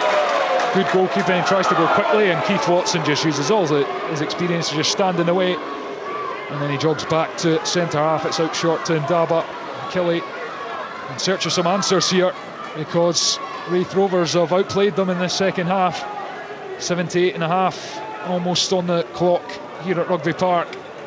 The Premiership side trailing by 2-1, and as it stands, Raith Rovers are going to be second in the group on 7 points, a point ahead of Kilmarnock, who are on 6, and Dunfermline top on 8, but Dunfermline have played all 4 of their games, so they will not improve their position. Which means Raith Rovers, if they can beat Annan Athletic down at Galabank at the weekend, as it stands, they'll top this group. Free kick to Kilmarnock though on this right hand side, and Danny Armstrong is going to try and put this in. Kilmarnock with almost everybody up, only Polworth at the box. It comes in right to the back post, and it's not dealt with. A scramble in the box, it's prodded home. Kilmarnock have the equaliser, and it's Stuart Finlay who runs off in celebration. The centre half, who's not been convincing at the back at all really, but he just waits for his moment in the box. It fell to him, Raith couldn't clear, and he stabs it home. Kilmarnock 2, Raith Rovers 2. Yeah, it's all about the quality of Danny Armstrong's delivery there. Fantastic ball into the box, and nobody could quite get on the end of it. The ball just kind of fell in the middle of a ramash of players, and Stuart Finlay finds he's still on the end of it and smashes it home past Dabrowski in the goal. Game on again, and Kilmarnock come forward. Cameron's chasing a long ball. Corr gets across the shield. Has it come off the Raith defender? It has. Kilmarnock corner, and what a change in the atmosphere here at Rugby Park. It's funny, isn't it funny what a goal can do? I mean, Cammy's right, the quality of ball in from Armstrong was sensational. Raith, for the first time in the game, didn't deal with it defensively. It falls on the ground and Finley's there to just toe poke it in off the post in the bottom corner. Zach Robinson soared from the spot to put Dundee 3-1 up. Dumbarton down to 10. Corner comes in again. It's not dealt with at the first attempt by Raith Rovers. It's bubbling about in the box and pinball. They eventually scramble it clear. There was a half-hearted attempt for a handball shout from some of the Kilmarnock fans, but nothing doing. It's out for a throw-in on the far side. 2-2. It's a good test this for Kilmarnock. It's obviously they've got to show character. I know Derek McInnes is big on that, and his teams that if they are down, they need to react well, and they've shown that. Listen, they've put the ball in a great area from Danny Armstrong, and they've got the rewards for it, but they need to build on that now. And they have the ball. Finlay back to Mayo in his own half. Right foot sends it forward. Out to the left hand side. Matty Kennedy tries to go past McGill again. Doesn't manage it this time, but it goes back. Kilmarnock recycled. Polworth in field. Here's Watkins, middle of the pitch. Green boots moving towards the far side. Infield for Polworth. He's going to whip this in. Cameron's at the near post. Bouncing, just cleared by Raith Rovers, and then a free kick's given for a foul on Keith Watson. Cameron really should have got his head on that. I think he just mistimed it. It kind of looked a bit lost in the air. Probably couldn't see it, but I mean, the quality of ball in again from Kilmarnock, much like the goal they scored just moments ago, was very, very good. And as Cameron really should have got his head in that. He knows that he's looking to the heavens. Well, that goal from Stuart Finlay has changed the complexion of the group once again. A win would send Kilmarnock through. Anything else, and they'll need to get the job done at the weekend against Albion Rovers at Clifton Hill. They will of course head for a shootout if it stays like this for the bonus point. Kennedy hits the deck, claims for a free kick, nothing given. Only cleared by Raith Rovers as far as Finlay, and then there's a scrap on the edge of the box, and then it breaks for Watson to thump clear, and suddenly Raith Rovers are on the back foot a bit. And then there's another mistake in midfield, and Raith Rovers can spring the counter. Here's Mullen, and Dabba recovers really well. Get the challenge in and get Kilmarnock on the front foot again. Kennedy over halfway, moves up the left-hand touchline. Two yellow shirts go across to meet him. One of them's Vaughan, who's chasing after him. Across to Mayo on the chest, not the best touch, and he's had to come all the way out to this near touchline. He's in space though. He's put the pass into Watkins, right-hand corner of the box. Touch is slightly heavy, but he wins the challenge ahead of Easton. Here's Armstrong, right-hand side. Shimmy, tackled by Dick. Throwing Kilmarnock on this near side. Chance to launch this in. No, it goes short to Mayo. Touched it back to Armstrong. Here is Armstrong, left-footed cross, flashed in, headed away by Corr, crucially. Polworth, back out to Kennedy. Here's Armstrong, right-hand side, he's up against Easton, who battles well, forces him to go back to Mayo. Across to Ndaba, the centre half, midway through the Raith half. Back on the right-hand side, Polworth has allowed it to bounce, crossed it, and the Raith defenders allowed it to bounce, but it was harmless and went behind for a goal kick. 2-2, 83, nearly 84 minutes played here at Rugby Park. It didn't look like Kilmarnock were going to have a response to Raith's second half, but that goal has really lifted them. It really has. The last 5 or so minutes, it's been all Kilmarnock as they search to get this winner before it goes to penalties. Dabrowski with a goal kick. 2-2 here in the League Cup. Kilmarnock and Raith Rovers live on Sportsound, BBC Radio Scotland. It's put out for a throw-in to Kilmarnock on this near side. Armstrong looks to go quickly, but there's 2 balls on the pitch. He leaves it for Lewis Mayo in any case. McGuinness drops in, looks for the pass, and then moves away. Mayo doesn't have an option. McGuinness comes back for a second bite, does get it this time, tries to turn away from 2 players, and he's almost managed it, but he's knocked it out for a throw-in to Raith Rovers, who have just had the stuffing knocked out of them a little bit from after that Stuart Finlay goal, which came from a good free kick and then a scramble in the box, and Finlay just prodded it home. Yeah, they just need to compose themselves a little bit in this last 5 minutes, because they've been the better team over the period of the second half. For me, far better, much more a goal threat. And that was really the first time they hadn't cleared the lines properly. But again, it was down to the quality of the ball that Danny Armstrong put into the box. Ndaba clears for Kilmarnock, only as far as Stanton, who sends it right back to Ndaba, wins the header. Flicked on by Watson. Stanton then wins the challenge. Easton's going to gather on this left-hand touchline, rolls the ball, then drives infield. Good challenge from young David Watson. Watched it, eagle-eyed, got the foot in, and then it's downfield, and Corrs had to stick this out for a throw into Kilmarnock. Cameron's looking to go quickly, shakes his head because he doesn't have any options in. McGuinness says, give it to me. He doesn't, and surely the centre forward would leave it for someone else, but he's taken it. Here's Mayo. Right-footed pass infield to Polworth. Switch of play out to the left-hand side. Always looking for Matty Kennedy. Controls on the head. Second touch is heavy though, and it goes to McGill. And Raith caught though in possession, but it's broken, fortunately for them, in the middle of the pitch. But McGuinness tracks back well, wins the ball and wins the throw-in. And on we go. Watkins for the 1-2. Here's Kennedy. Has he tripped? He is. John Beaton gives the free kick right out on the far side, and a chance for Kilmarnock to put this ball in the box. 86 played, 2-2. It's a needless foul, and you can see Ian Murray's frustration down in front of us in this technical area, because it gives Kilmarnock, who've got the impetus just now, another opportunity to put a ball into the danger area. Yeah, and Armstrong is interested on the far side, on the left foot, and it will be Armstrong. Right on top of the goalkeeper. Dabrowski punches one-handed up to the edge of the box where Polworth's waiting. His touch is poor, and it bounces for Armstrong on the left-hand side. He gives it out to Kennedy right on the touchline.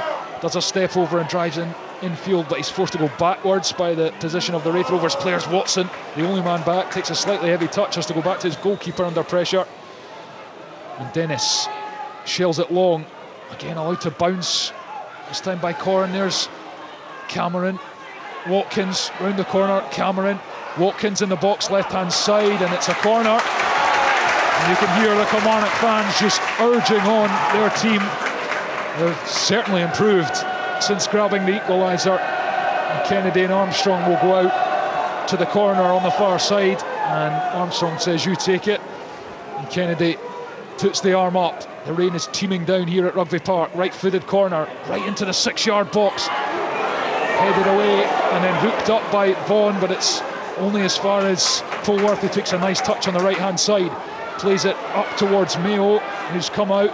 Back to Polworth, looking for space for a cross. He gets the right-footed cross in, and it's just over the head of Innes Cameron and behind for a goal kick. The Kilmarnock striker was inches away from getting his head on that. Yeah, there's much better balls going into the box now from Kilmarnock from the wide area. There's a good corner deep into the box. If somebody had just anticipated the ball falling in the penalty spot, they would have got a free shot. But again, Polworth delivering the ball, dangerous one into the box, but no takers there. Raith Rovers hanging on a wee bit after being so good for so long in the second half. Dylan Easton's goal brought them level. Liam Dick put them in front, and now pegged back by Stuart Finlay's goal from a set piece. And again, it's not convincing playing out from Kilmarnock, and it's straight to Easton, who's then tripped by Armstrong. And Raith Rovers will have a free kick in line with the sort of left-hand side of the box, midway through the Kilmarnock half. It's another silly foul, it really is, from Kilmarnock. Takes the sting out of the game, and an opportunity for Raith now to put it into their 18-yard box. Yep, Josh Mullen's going to take this for the right foot, and right foot right to the back post. It's fallen for Watson, takes a touch. Flag's gone up. Well, it's almost just as well for Keith Watson, because he should have hit that first time to get it on target, and he tried to. But he stuck a leg out and it just hit off him, but the flag was up for offside in any case. Yeah, another good ball into the box, so another good set piece from Raith Rovers. Dangerous and just offside, I would say. Last 30 seconds of the 90. It's Kilmarnock 2, Raith Rovers 2 in this League Cup group stage. Kilmarnock a win. If they could grab one here in the final minutes, they would go through to the last 16. If not, it will go down to the final day on Saturday when they play Albion Rovers and Raith play Annan Athletic. Here come Kilmarnock though, chance on the left to cross for Cameron. It's blocked. Here we go, McGuinness throws in. Out to Kennedy, drops the shoulder, drives infield, right footed cross, he's rofted it to the back post. Armstrong gets his head on it. Will Cameron get underneath it? He does, but it goes backwards. Polworth inside the box. Armstrong tries to square it across, it's blocked, and the chance is gone for Kilmarnock. Out for a throw in. Mayo on this near side, throws it in. Polworth. Armstrong deep cross with the left foot, dealt with by Watson, diving header, and he gets the free kick for being held, according to the referee John Beaton. It did look as though Innes Cameron, he was just wrong side of the defender there as the ball came in, and he did have a wee pull on Keith Watson's jersey. I think Raith at this moment in time will be the happier team to get to penalties after the goal went in. It's been all Kilmarnock. Yeah, I think so, Tomo. But again, just good defending from Keith Watson, using all his experience, feels anything in his back and goes down and relieves that pressure. And sent long. Mayo, no indication of how much stoppage time we're going to have. And Daba heads back to Dennis, unless I missed. And there's no fourth official, so we'll just play until we play. Here we go, long ball forward, Cameron flicked on, and it's just going to bounce easily for the Raith keeper. Why is there no fourth official? Cutbacks, Tomo. They only have them at the TV games in the Viaplay. You're kidding me. No, that's... Oh dear. Alright, okay, that's it. I mean, they have a board for subs, so I don't know why they can't just put 2 or 3 or 4 minutes up. Just ask Ian Murray or Derek McInnes to do it or something. But anyway, we're past the 90, that's for certain, and Kilmarnock have the ball in their own half. Throw in, Mayo up the right hand touchline. Vaughan thumps it forwards, 2 minutes past the 90 to be precise, and it's in towards Watkins. He's flicked that to Cameron, who's spread the play right out to the left hand side, and Kennedy's just going to catch it. He's in line with the edge of the box, he's going to drive infield, he's going to drive at Mullen, comes in on the right foot, chance to shoot, blocked by Stanton, and it's spun away, and it's going to break for McGill, and he's going to be able to clear this up the field and just relieve some more of the pressure. And again, Ndaba doesn't deal with it, and it's fallen now for Hamilton. He's played it round the corner, but Ndaba's got back in and played it back to Dennis, who then thumps it upfield. Won by Vaughan though. Then Watson picks up the seconds, and he's just lumped it forward. Cameron is there, but Corr deals with it really well and puts it out for a throw-in. Kilmarnock fans roar their team on. We've almost played 3 minutes past the 90 here at Rugby Park. Still 2-2, and John Beaton's not happy with throw-in. And it's taken. Kennedy gets it back.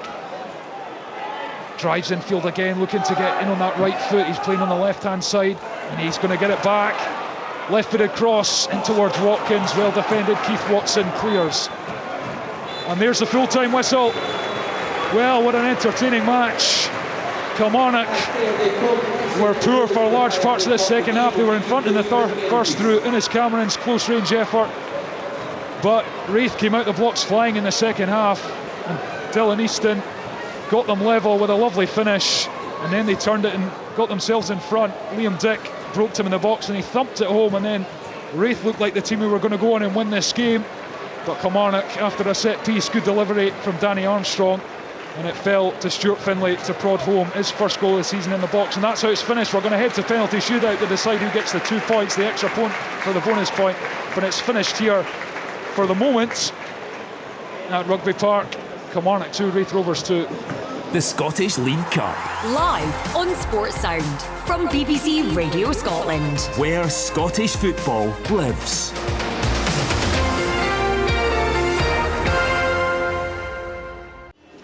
Where you are listening to Sports Sound with me, Liam McLeod, here in the teeming rain at Rugby Park. It is chucking it down here in East Ayrshire under the lights now as the nights begin to draw in, sadly.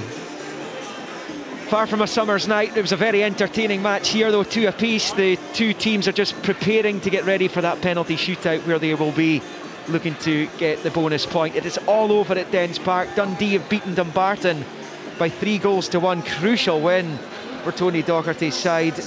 Robinson double, the second from the spot, either side of a goal from the Mexican Diego Pineda. Tony Wallace had countered for the Suns It's all over in the capital as well. It's finished Edinburgh City 1, Ross County 3. It's another 3-1 win for a Premiership team. Ross County 3 wins out of 3. Conor Randall, Simon Murray and Jordan White. There was a Shanley goal. Ryan Shanley, former Hibs man, pulled one back for Edinburgh City at one point, but it is finished 3-1 to County. It's still not quite over at Balmoor. Peterhead 1, Spartans 2.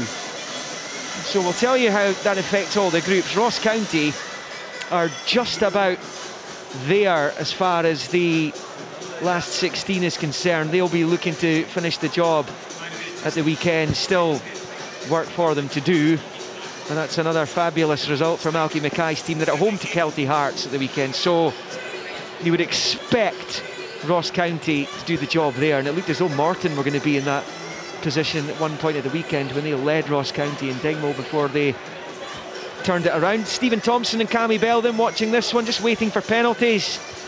Bit of a thriller in the end up in the second half there. It was, and a few of the fans beside us have just got up and left. I don't know if they didn't know that there was penalties coming, but anyway, they can hear it on the radio. Yeah, I mean, the game, the second half was far better than the first half. The first half for me wasn't a great game of football. This second half's been end to end. Raith the better team up until the point you give me the hand signal. We're going to Pensley. Just Cammy, just very quickly, how important could this bonus point be? Yeah, listen, it's always important. I think Kilmarnock will definitely not want to have a defeat on their record here, albeit a draw, but yeah, they'll be wanting to get this over and done with. Raith Rovers lost the penalty shootout against Dunfermline in match day 1. Gullen and Vaughan both failed to score. It's finished 2-1 Spartans at Balmoor. Let's go to Thomas then. Who's going to get the bonus point here at Rugby Park? Well, it's Josh Mullen. Josh Mullen is going to take the first one for Raith Rovers. He's up against Dennis. Stands over the ball. Run up, right footed. Sends the keeper the wrong way. Low. Not a great deal of power, but it didn't matter because Dennis dived to his right. Mullen put it to his left. And Raith Rovers are 1-0 up. And it's going to be Armstrong to take the second penalty of the shootout. The first for Kilmarnock. Straight run up, orange boots. The rain is shucking it down here at Rugby Park. Dabrowski dances on the line. Step to the side from Armstrong. Left footed save. Dabrowski flings himself to his left hand side. Gets both hands on it. Fantastic save. Cammy, you'd have been proud of that one. Yeah, brilliant save from Kevin Dabrowski there. He's so big as well. He's about 6'5", and he throws himself to that left hand side, but I could always see Danny Armstrong going that way, so it was a bit telegraphed for me. And Callum Smith is going to take Raith's second penalty to put them 2-0 up in the shootout. Scores! Same corner Josh Mullen went into. Dennis half went the other way. And Raith Rovers are 2-0 in front and in control of this shootout as they look to get the bonus point and take it to the last day. And Matty Kennedy is the next up for Killie. Plants the ball on the spot. 3, 4, 5 steps back. It's a short run up. Outstanding in the 90 minutes. Can he cap it off with a penalty? Stutters. Smashes it in. Dabrowski gets right.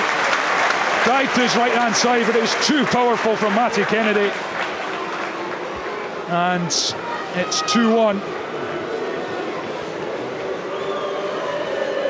And it's going to be Jack Hamilton next for Raith Rovers as they look to go 3-1 up. In the pink boots, takes a few steps back, up against Dennis, who stretches to touch the crossbar. Right foot, same corner again. Dennis dives to his right. It's stuck to the left-hand corner. And Raith Rovers are 3-1 in front. Jack Hamilton, Callum Smith and Josh Mullen have all scored. And Kilmarnock trail. And here's a chance for Kyle McGuinness to bring it to within one. Right footed, top corner, fantastic penalty. Blasts it in. Dabrowski went the other way in any case, but smashed into the top corner. Fantastic.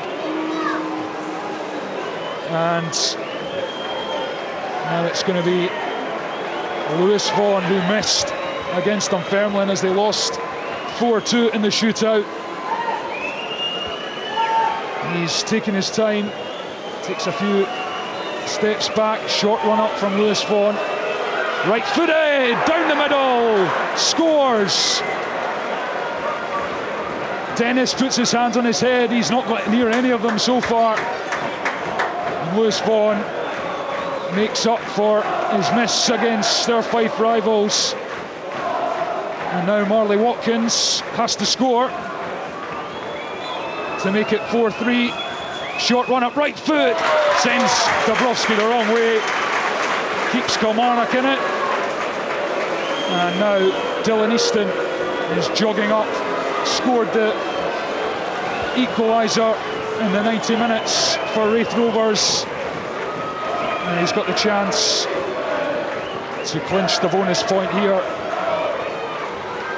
for Ian Murray's side, which would be invaluable as they head into the final weekend. He's going to hit this with the right foot. It's Easton against Dennis. He's put it over! He's put it over the crossbar! He puts his hands over his face. He can't believe it. Huge miss. And it's a chance to level. And it's a chance to send it to sudden death, and it's going to be Liam Polworth who's walking forward, puts the ball on the spot. Dabrowski dances on his line. Polworth steps up, sticks it right into the roof of the net, right foot. Dabrowski went the wrong way, and it's 4-all. And off we go. We're into sudden death now. And the boos ring around Rugby Park as Dylan Corr, the centre half, walks up very slowly, very calmly. Ball was on the spot, he takes it, bounces it, he's going to dry it with his top. Not sure what difference that makes, but but here he goes, right foot. Again he goes down to Dennis's left. Again Dennis goes to the right, and it's 5-4 Raith. And Innes Cameron is next up. Scored the opening goal, put in a good all-round performance. Needs to score to keep Kilmarnock in the shootout.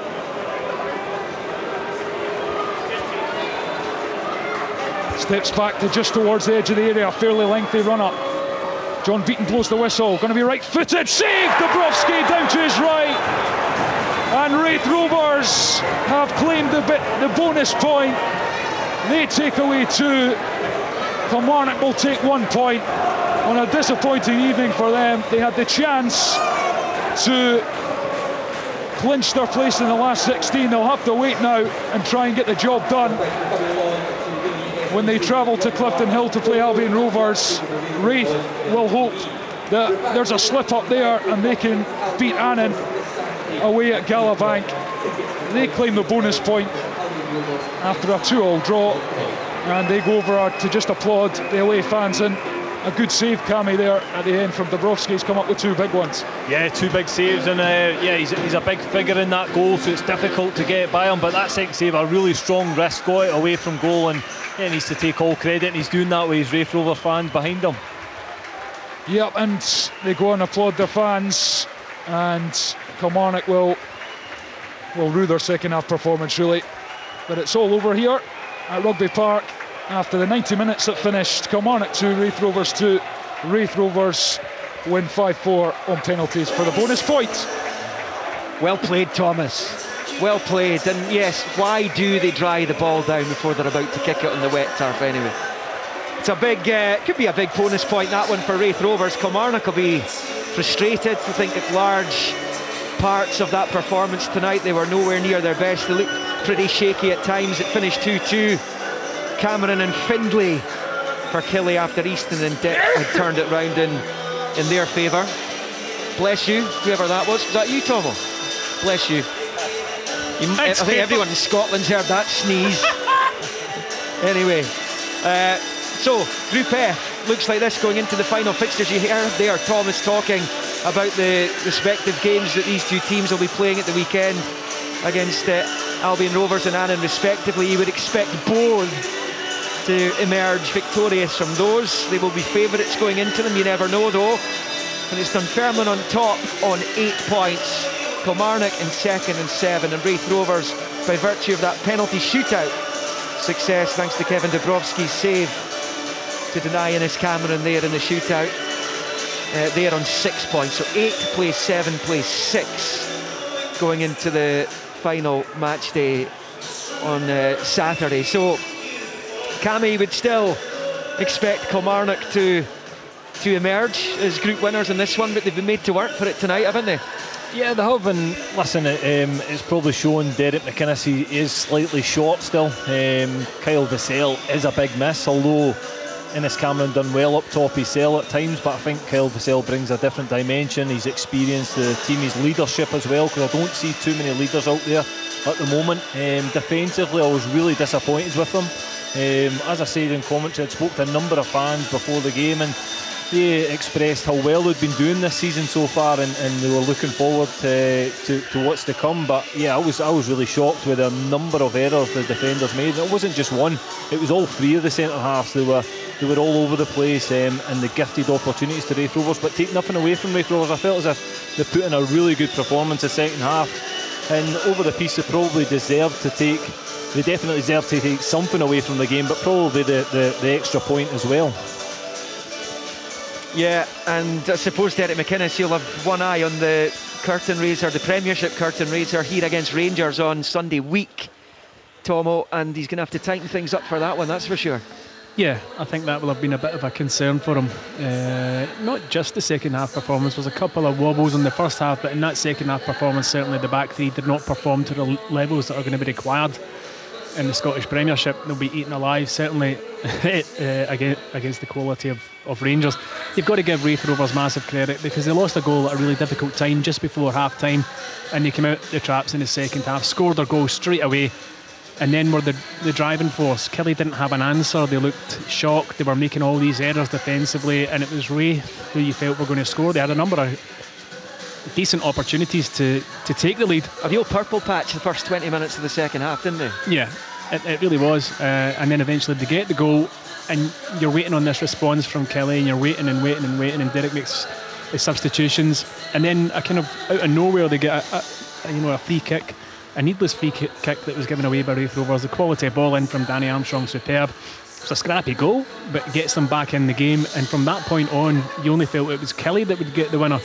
But they just ran out of time, I suppose. In the end, they had a number of decent deliveries into the box and were just inches away from making contact. I felt as though Matty Kennedy for me was the star performer tonight, and if he can keep that performance level as he showed tonight up for the rest of the season, he's going to be a huge asset for Kilmarnock this season. He was outstanding out in that left hand side. But yeah, I mean, I don't think Derek will be pleased with his team's performance this evening. I think Ian Murray will be very pleased with his team's performance, and we said before the game, what sort of marker is it going to be for Raith to see where they are in terms of competing against a Premiership team. Well, they did that tonight, and at times they had Kilmarnock really troubled.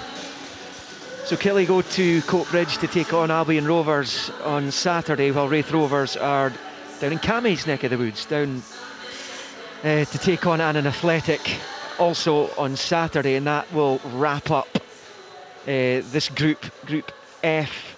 As I say, Dunfermline currently top on 8. It's Killie who, by virtue of that point, have got themselves onto 7. Raith Rovers up to 6. So it's pretty tight there. Elsewhere tonight, it was in Group B, Peterhead 1, Spartans 2. Blair Henderson, Cammy Russell for the Spartans. It was Henderson's third in his 3 games in this season's group stage. Of course, scored that crucial goal against Dundee United in match day 1, so they are still dreaming of a place in the last 16. It was Kieran Shanks who scored the goal for Peterhead, which brought them back on level terms. So if we look at Group B, Dundee United still sitting on top, but Partick Thistle and Spartans play each other on Saturday, and they're both on the same points. So one of them is going to eliminate Dundee United, if not both of them. So it's United on 6, Partick Thistle on 6, Spartans now on 6, Falkirk on 5, and Peterhead on 1. Falkirk will still be potentially interested there. In Group D, finished Edinburgh City 1, Ross County 3. Randall, Murray and White for the Staggies. Shanley scored for the capital team. I make that Conor Randall's first ever senior goal, but it was a big one to get County off and running tonight, and they are 3 wins out of 3 on 9 points in Group D. They look favourites, strong favourites now, to go through to the last 16. They're at home to Kelty Hearts, who are only 3 points behind them, so they'll be looking to cause a shock in Dingwall on Saturday. But it's County on 9, Morton and Kelty on 6, Stranraer on 3 and FC Edinburgh on 0 points. And it was Dundee 3, Dumbarton 1. Robinson with a double. The second came from the spot. Pineda got the other. Tony Wallace scored for Dumbarton. So in Group E, Dundee 3 points behind Airdrieonians. 9 plays 6, Dumbarton on 5, Cally Thistle on 3, Bonnyrigg on 1. Let's go pitch side, because the Raith manager Ian Murray has joined Thomas.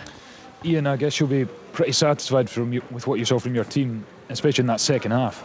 Yeah, very satisfied. Lots of aspects of our play were really, really good. First half we limited Kilmarnock to very few chances. Really disappointed to lose the goal just before half time. It was a tremendous cross in. I think it was Fraser Murray that put it in, and very hard to defend. But our response coming out and getting that equaliser was vital to how we played in the second half. We were looking really, really sharp in the counter-attack, had a few really good chances ourselves, and then we get our reward. Obviously, I got another one chopped off that we'll have to see again. It looked very, very close though. But delighted with the players. I think the mentality is my most pleasing aspect tonight, because we've come down here to a Premier League club and we've shown resilience, but we've also shown really good quality. I think we look at where we were last season, we're a different animal. What did you say at half time in the dressing room? Because you came out and within a minute you were level. I guess that's whatever you said did the trick. I just said to the boys that they're still in the game, because we'd had some really good chances.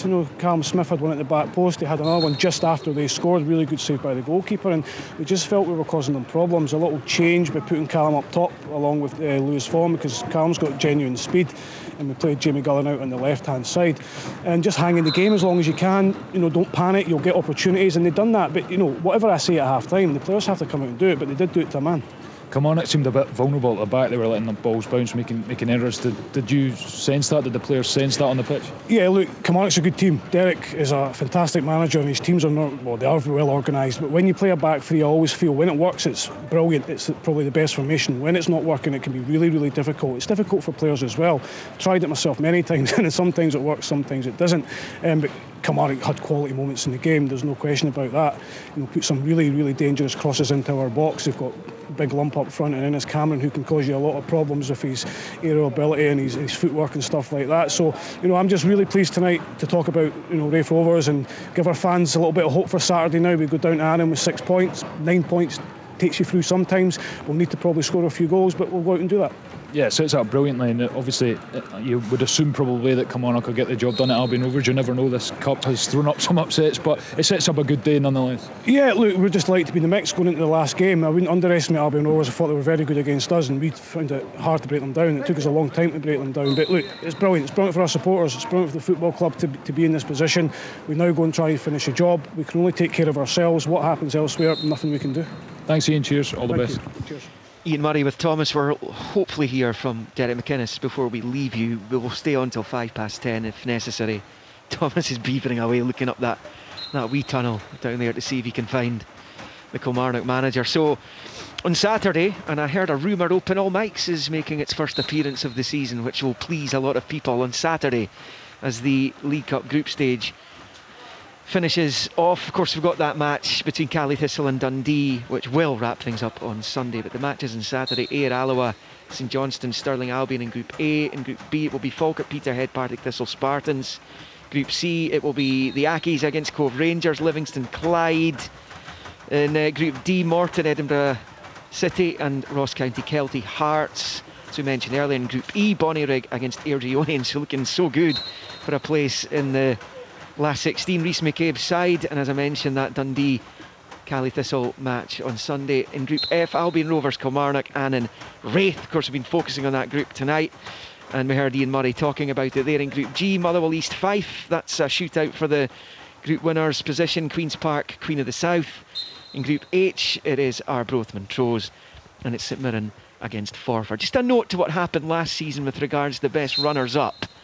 The points tally for the three best runners-up who will join the group winners and the European representatives in the last 16 last season was 10, 9 and 8. Kilmarnock went through with 10, Livingston 9, Queen of the South went through with 8, and they had a better goal difference than Hamilton and Stirling Albion. That was last year. As far as this season is concerned, the best runners-up as it stands at the moment are Livingston on 7. In fact, they've all got 7, the best 3. Livingston, Stirling Albion and East Fife. In fact, Kilmarnock will join them on that tally now as well after tonight's result here, which finished 2-2. Raith Rovers, though, emerging with the bonus point. So yeah, I mean, look, Raith Rovers, they go out there and win that game on Saturday. They stand a decent chance of still getting through to the second round. Yeah, that's what Ian said in the interview there, but Thomas, he's just happy to be in the mix coming into the last game. He was obviously very pleased with his team's performance and the spirit that they showed, and that will go a long way to helping them in this long championship campaign that they've got coming up. They did show a lot of quality in the game. They showed a really, really good work ethic. Defended well at times and held on well there at the end when they were under severe pressure from Kilmarnock. So there was so many positives to take from that game for Ian Murray, and looking forward to the championship season. See Matty Kennedy on his way up to the press room, presumably to go and speak to the assembled newspaper journalists after his performance tonight. I presume he's man of the match. He's certainly put in a good show there, and he's happy to be here at Kilmarnock. He's a local boy, but he's born in Belfast, but he lives in the area, and I think the move has suited all parties. Looks like he's coming up to have a chat. Have a chat with us. I don't know if we've got a spare microphone for him. Yeah, we do. Do you want to talk to us, Matty? Matty's, do you want a quick word about there you go, there's a microphone there. Some practice for your media career when you finish. Headphones on, then you can hear what I'm saying. Look at this impromptu behaviour from Liam. It's great, isn't it? You stick the cans on, it's okay. There we go. Now you can hear us. You're live, Matty, you're joining us live on BBC Radio Scotland on Sports Sound. How was that tonight for you? It was. I thought we started the game quite well. We got a good goal once we kind of settled into the game. I mean, they've got some good players. We knew that before the game, and I think they caught us off guard a couple of times. I think, personally, speaking about our team, I think we've kind of maybe made it difficult for ourselves at a point, and we could have made it a little bit easier and kind of settled into the game after we got the goal. But it's one of the days. Certain things just didn't seem to go for us, but we're still in a good position. We just need to focus on the game on Saturday and go for there. It's in your own hands, isn't it? And that's all you could hope for going into the final match of the group. Yeah, that's the main. Like you said there, I think we've done well in the group. Obviously, we wanted to get the win tonight, but the game's in our hands, and we just need to focus on Saturday and go there and get 3 points and get the job done.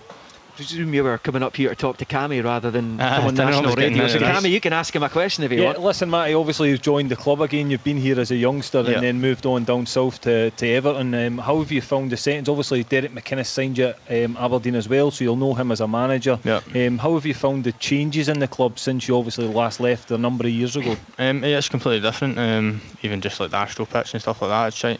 For me personally, just try to get used to it.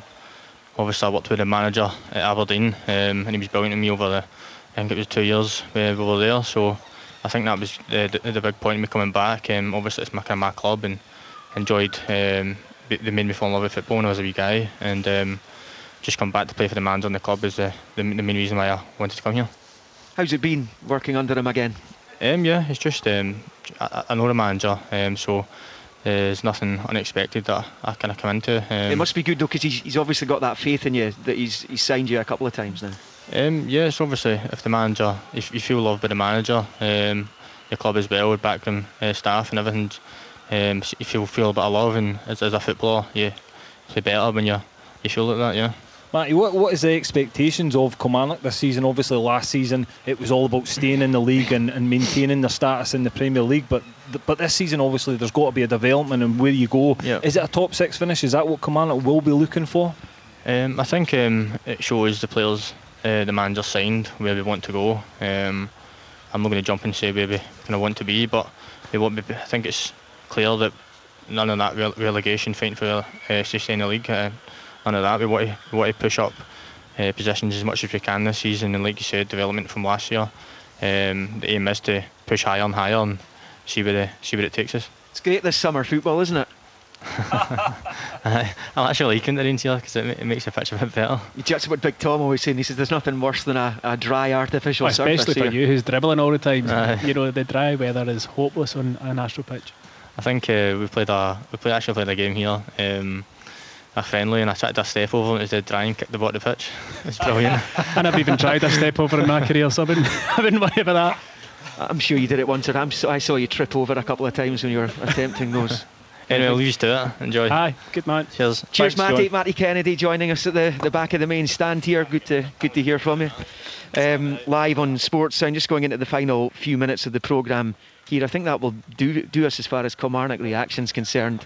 I can't see Derek McInnes coming out now, but we will try and perhaps bolt that on the podcast if we don't hear from him. I hear we're going to stay on. We're going to stay on until we hear from the Kilmarnock manager, which is good news. So he's obviously fair chuffed with life back at Kilmarnock. Okay, they have to settle for a point tonight, Cammy, but it's in their own hands. They're in a terrific position going into the weekend fixture at Albion Rovers. Yeah, listen, Derek won't be too down about the performance. There will be elements of it that will concern him, and he'll analyse that and speak to his players, and they need improvement, he'll know that. But yeah, it's still in their hands to get the job done, go to Albion Rovers, win that game, build momentum towards the start of the season as well. But it's good hearing from Matty there, because it lets us obviously an insight of what Kilmarnock's expectations are and how he sees the club and how it's evolved since he left a number of years ago. And here he is. Tom obviously touched on it. He'll be a really important player for Kilmarnock this season. If they can get him firing on all cylinders and Danny Armstrong firing on all cylinders with Kyle Vassell up front, I think that's a really good force going forward. It's a good kind of front three, if you like. I know they're playing as wing backs, but the delivery that they've both got from wide areas, and if you've got Vassell or even Innes Cameron there, who are both physical presences in the box, then you're going to score goals. And that was a problem for Kilmarnock last year. They didn't score enough goals from open play. That and leaking at the other end is a horrible concoction. It's not a great combination, no, but I did feel as though combination. That's what I was looking for. Concoction works. Concoction works. It works.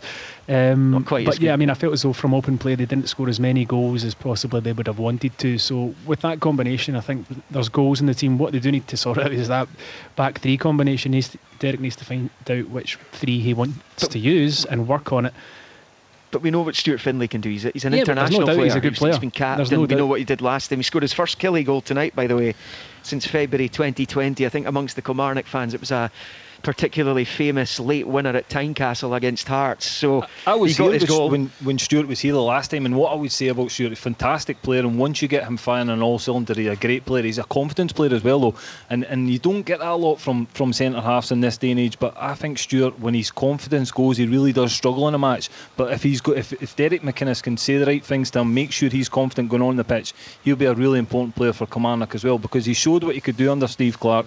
Was a top player back then, and as you say, got an international cap off the back of it. Just a pointer that the Kilmarnock Premiership Preview podcast was released earlier on today, the Scottish Football podcast from BBC Sports Scotland and with Sports Sound. It's available at sounds at bbc.co.uk/Sports Scotland, where you get your podcasts. You'll be able to find it. It's the Kilmarnock Preview.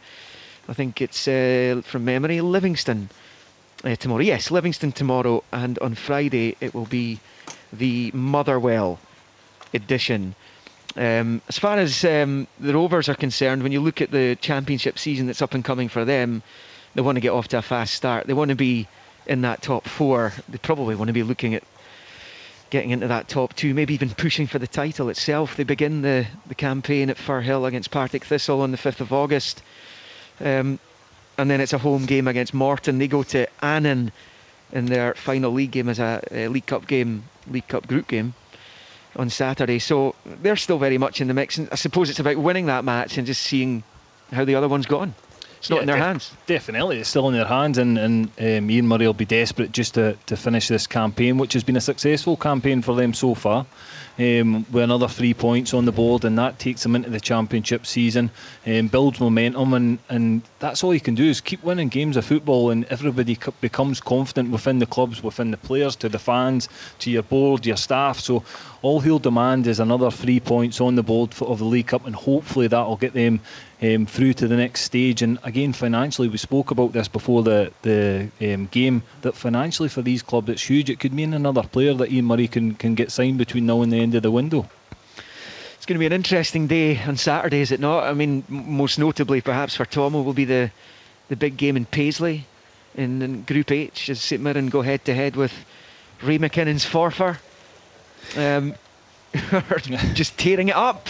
Well, they are. We spoke about them before the game. And St Mirren obviously leaving it rather late last night to get the winner. But I think for St Mirren, after what happened to them last season in the group stages of this competition, they're just happy to be in the mix and in around it, Liam. They'll be obviously looking to win that game, but it won't be easy against Forfar, who've got a lot of momentum, and they'll be looking to pick up the points themselves.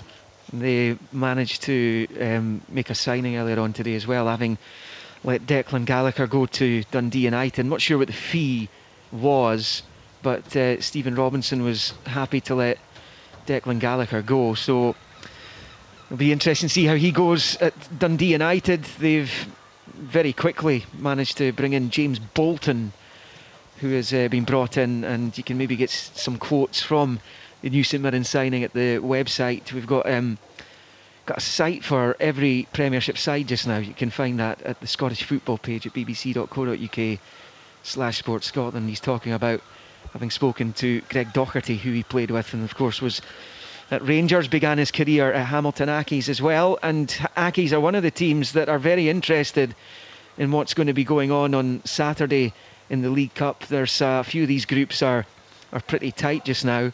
Group A, the one that St Johnstone were in, are not going to be a side who will be pushing. They're already out, are the 2021 winners. Ayr United looking good at the top of the table and looking good for a place in the last 16. So just a reminder of what happens. The 5 European representatives, Celtic, Rangers, Aberdeen, Hearts and Hibs, all got byes through to round 2.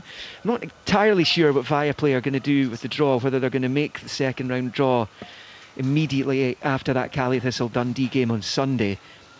But the 5 European representatives are all seeded, as are the 3 best group winners, and that will make up the 8 seeds. You will then find the unseeded teams will come from the other 5 group winners and the 3 best runners up across the groups. So still lots to play for, and this is why these bonus points like Raith Rovers got tonight can be so important in these groups, because you just never know when that extra point could get you a seed, it could get you through as a best runner-up. It's a great concept actually in many ways.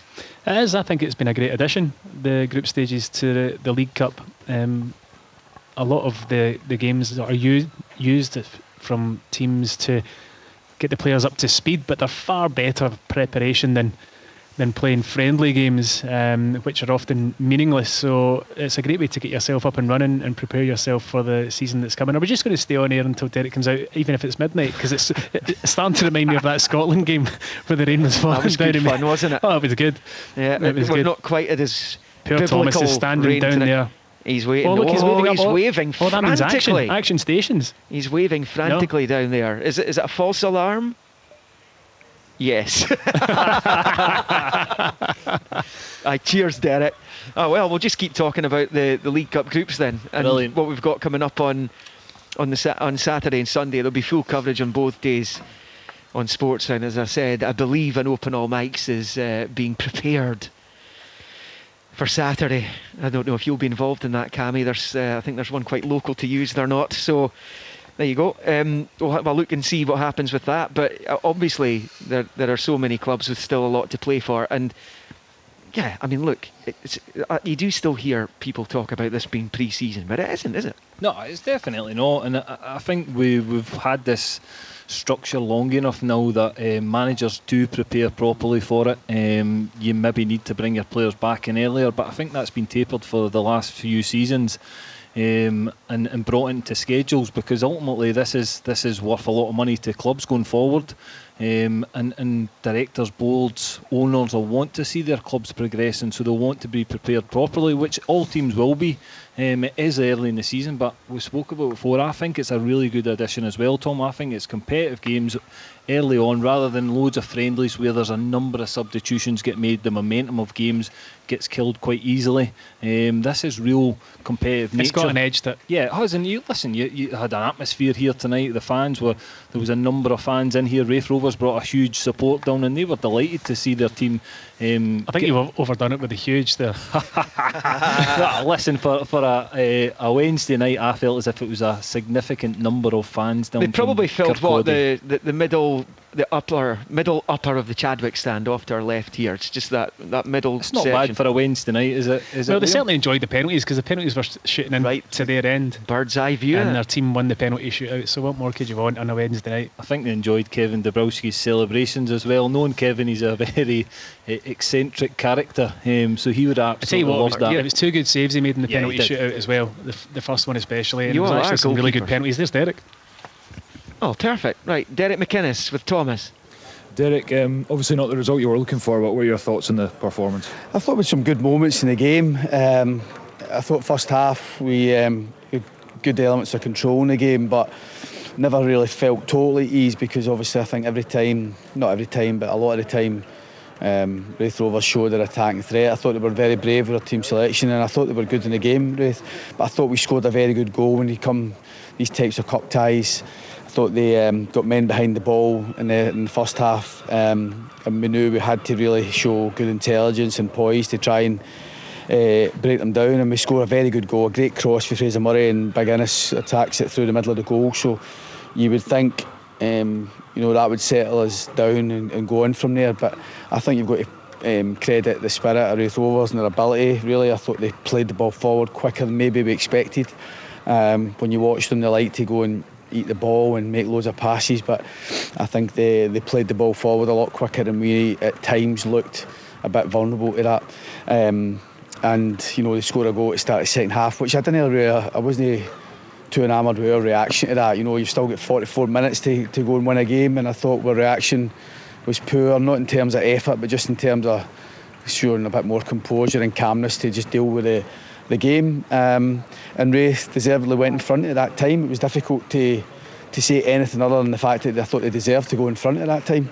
It's a scrappy goal again from a set play. We're favourite to win the header 2 or 3 times, and again it's that lack of composure. We rush towards things rather than just staying with your men, and they punish us. So we salvage an equaliser and get a point from the game, so to speak. But it was difficult for us to say that we enjoyed particularly the second half. I thought there was some good moments. First half, there was some good performances, but over the piece, I thought the team that won the penalty shootout with a better team, particularly second half. Yeah, you talk about composure because on Saturday against Dunfermline you defended your box really well, and the back three were really solid, but tonight, second half, they looked a bit nervy. Was that a concern?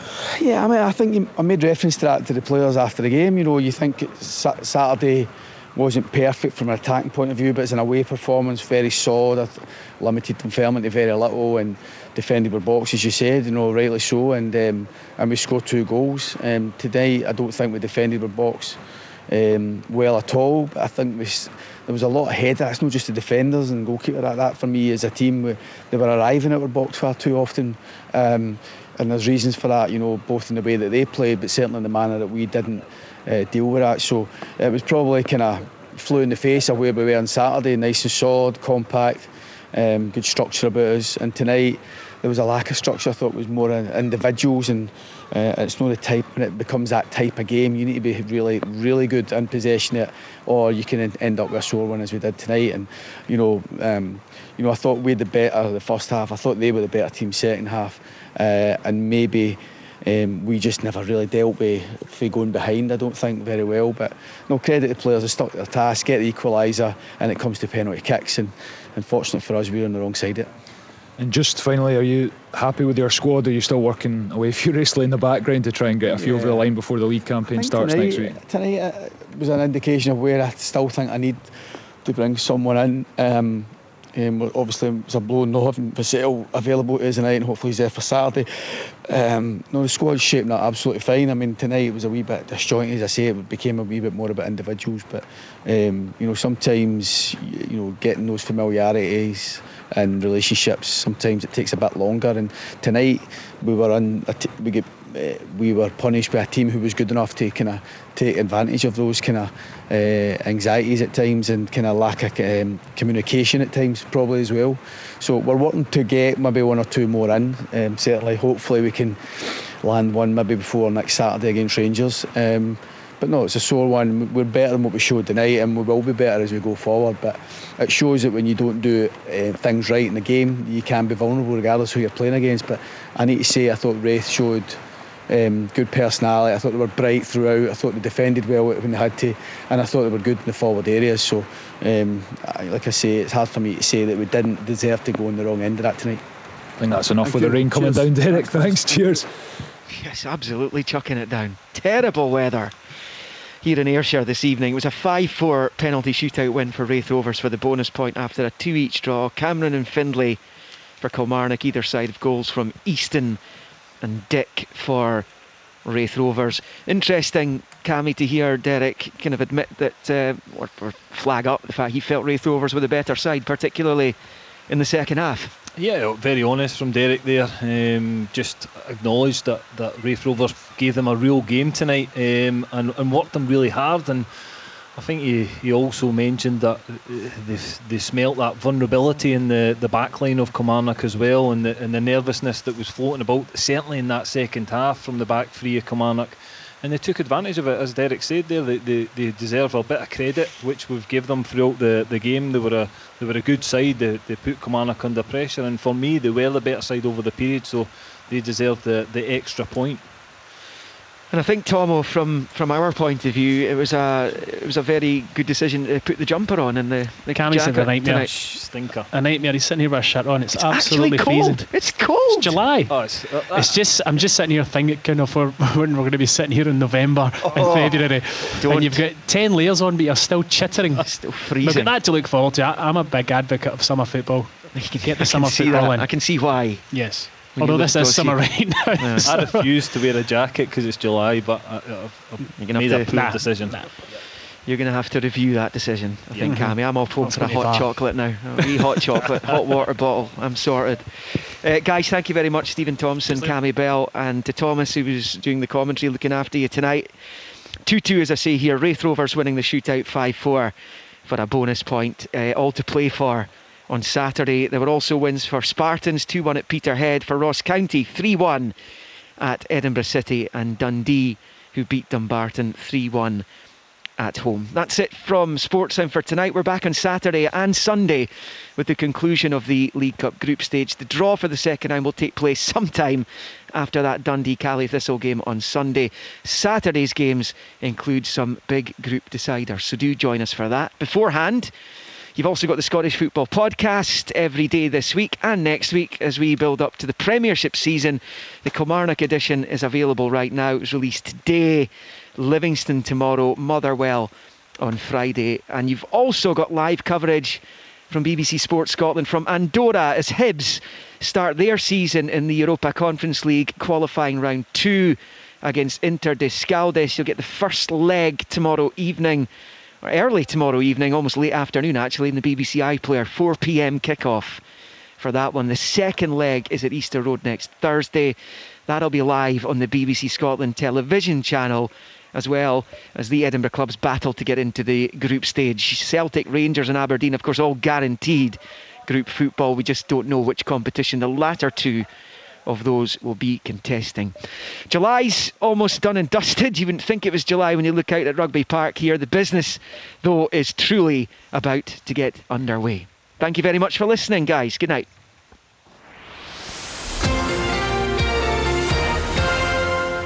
And now we join listeners who've been tuned into BBC Radio Scotland FM and on Sounds, and Vic Galloway.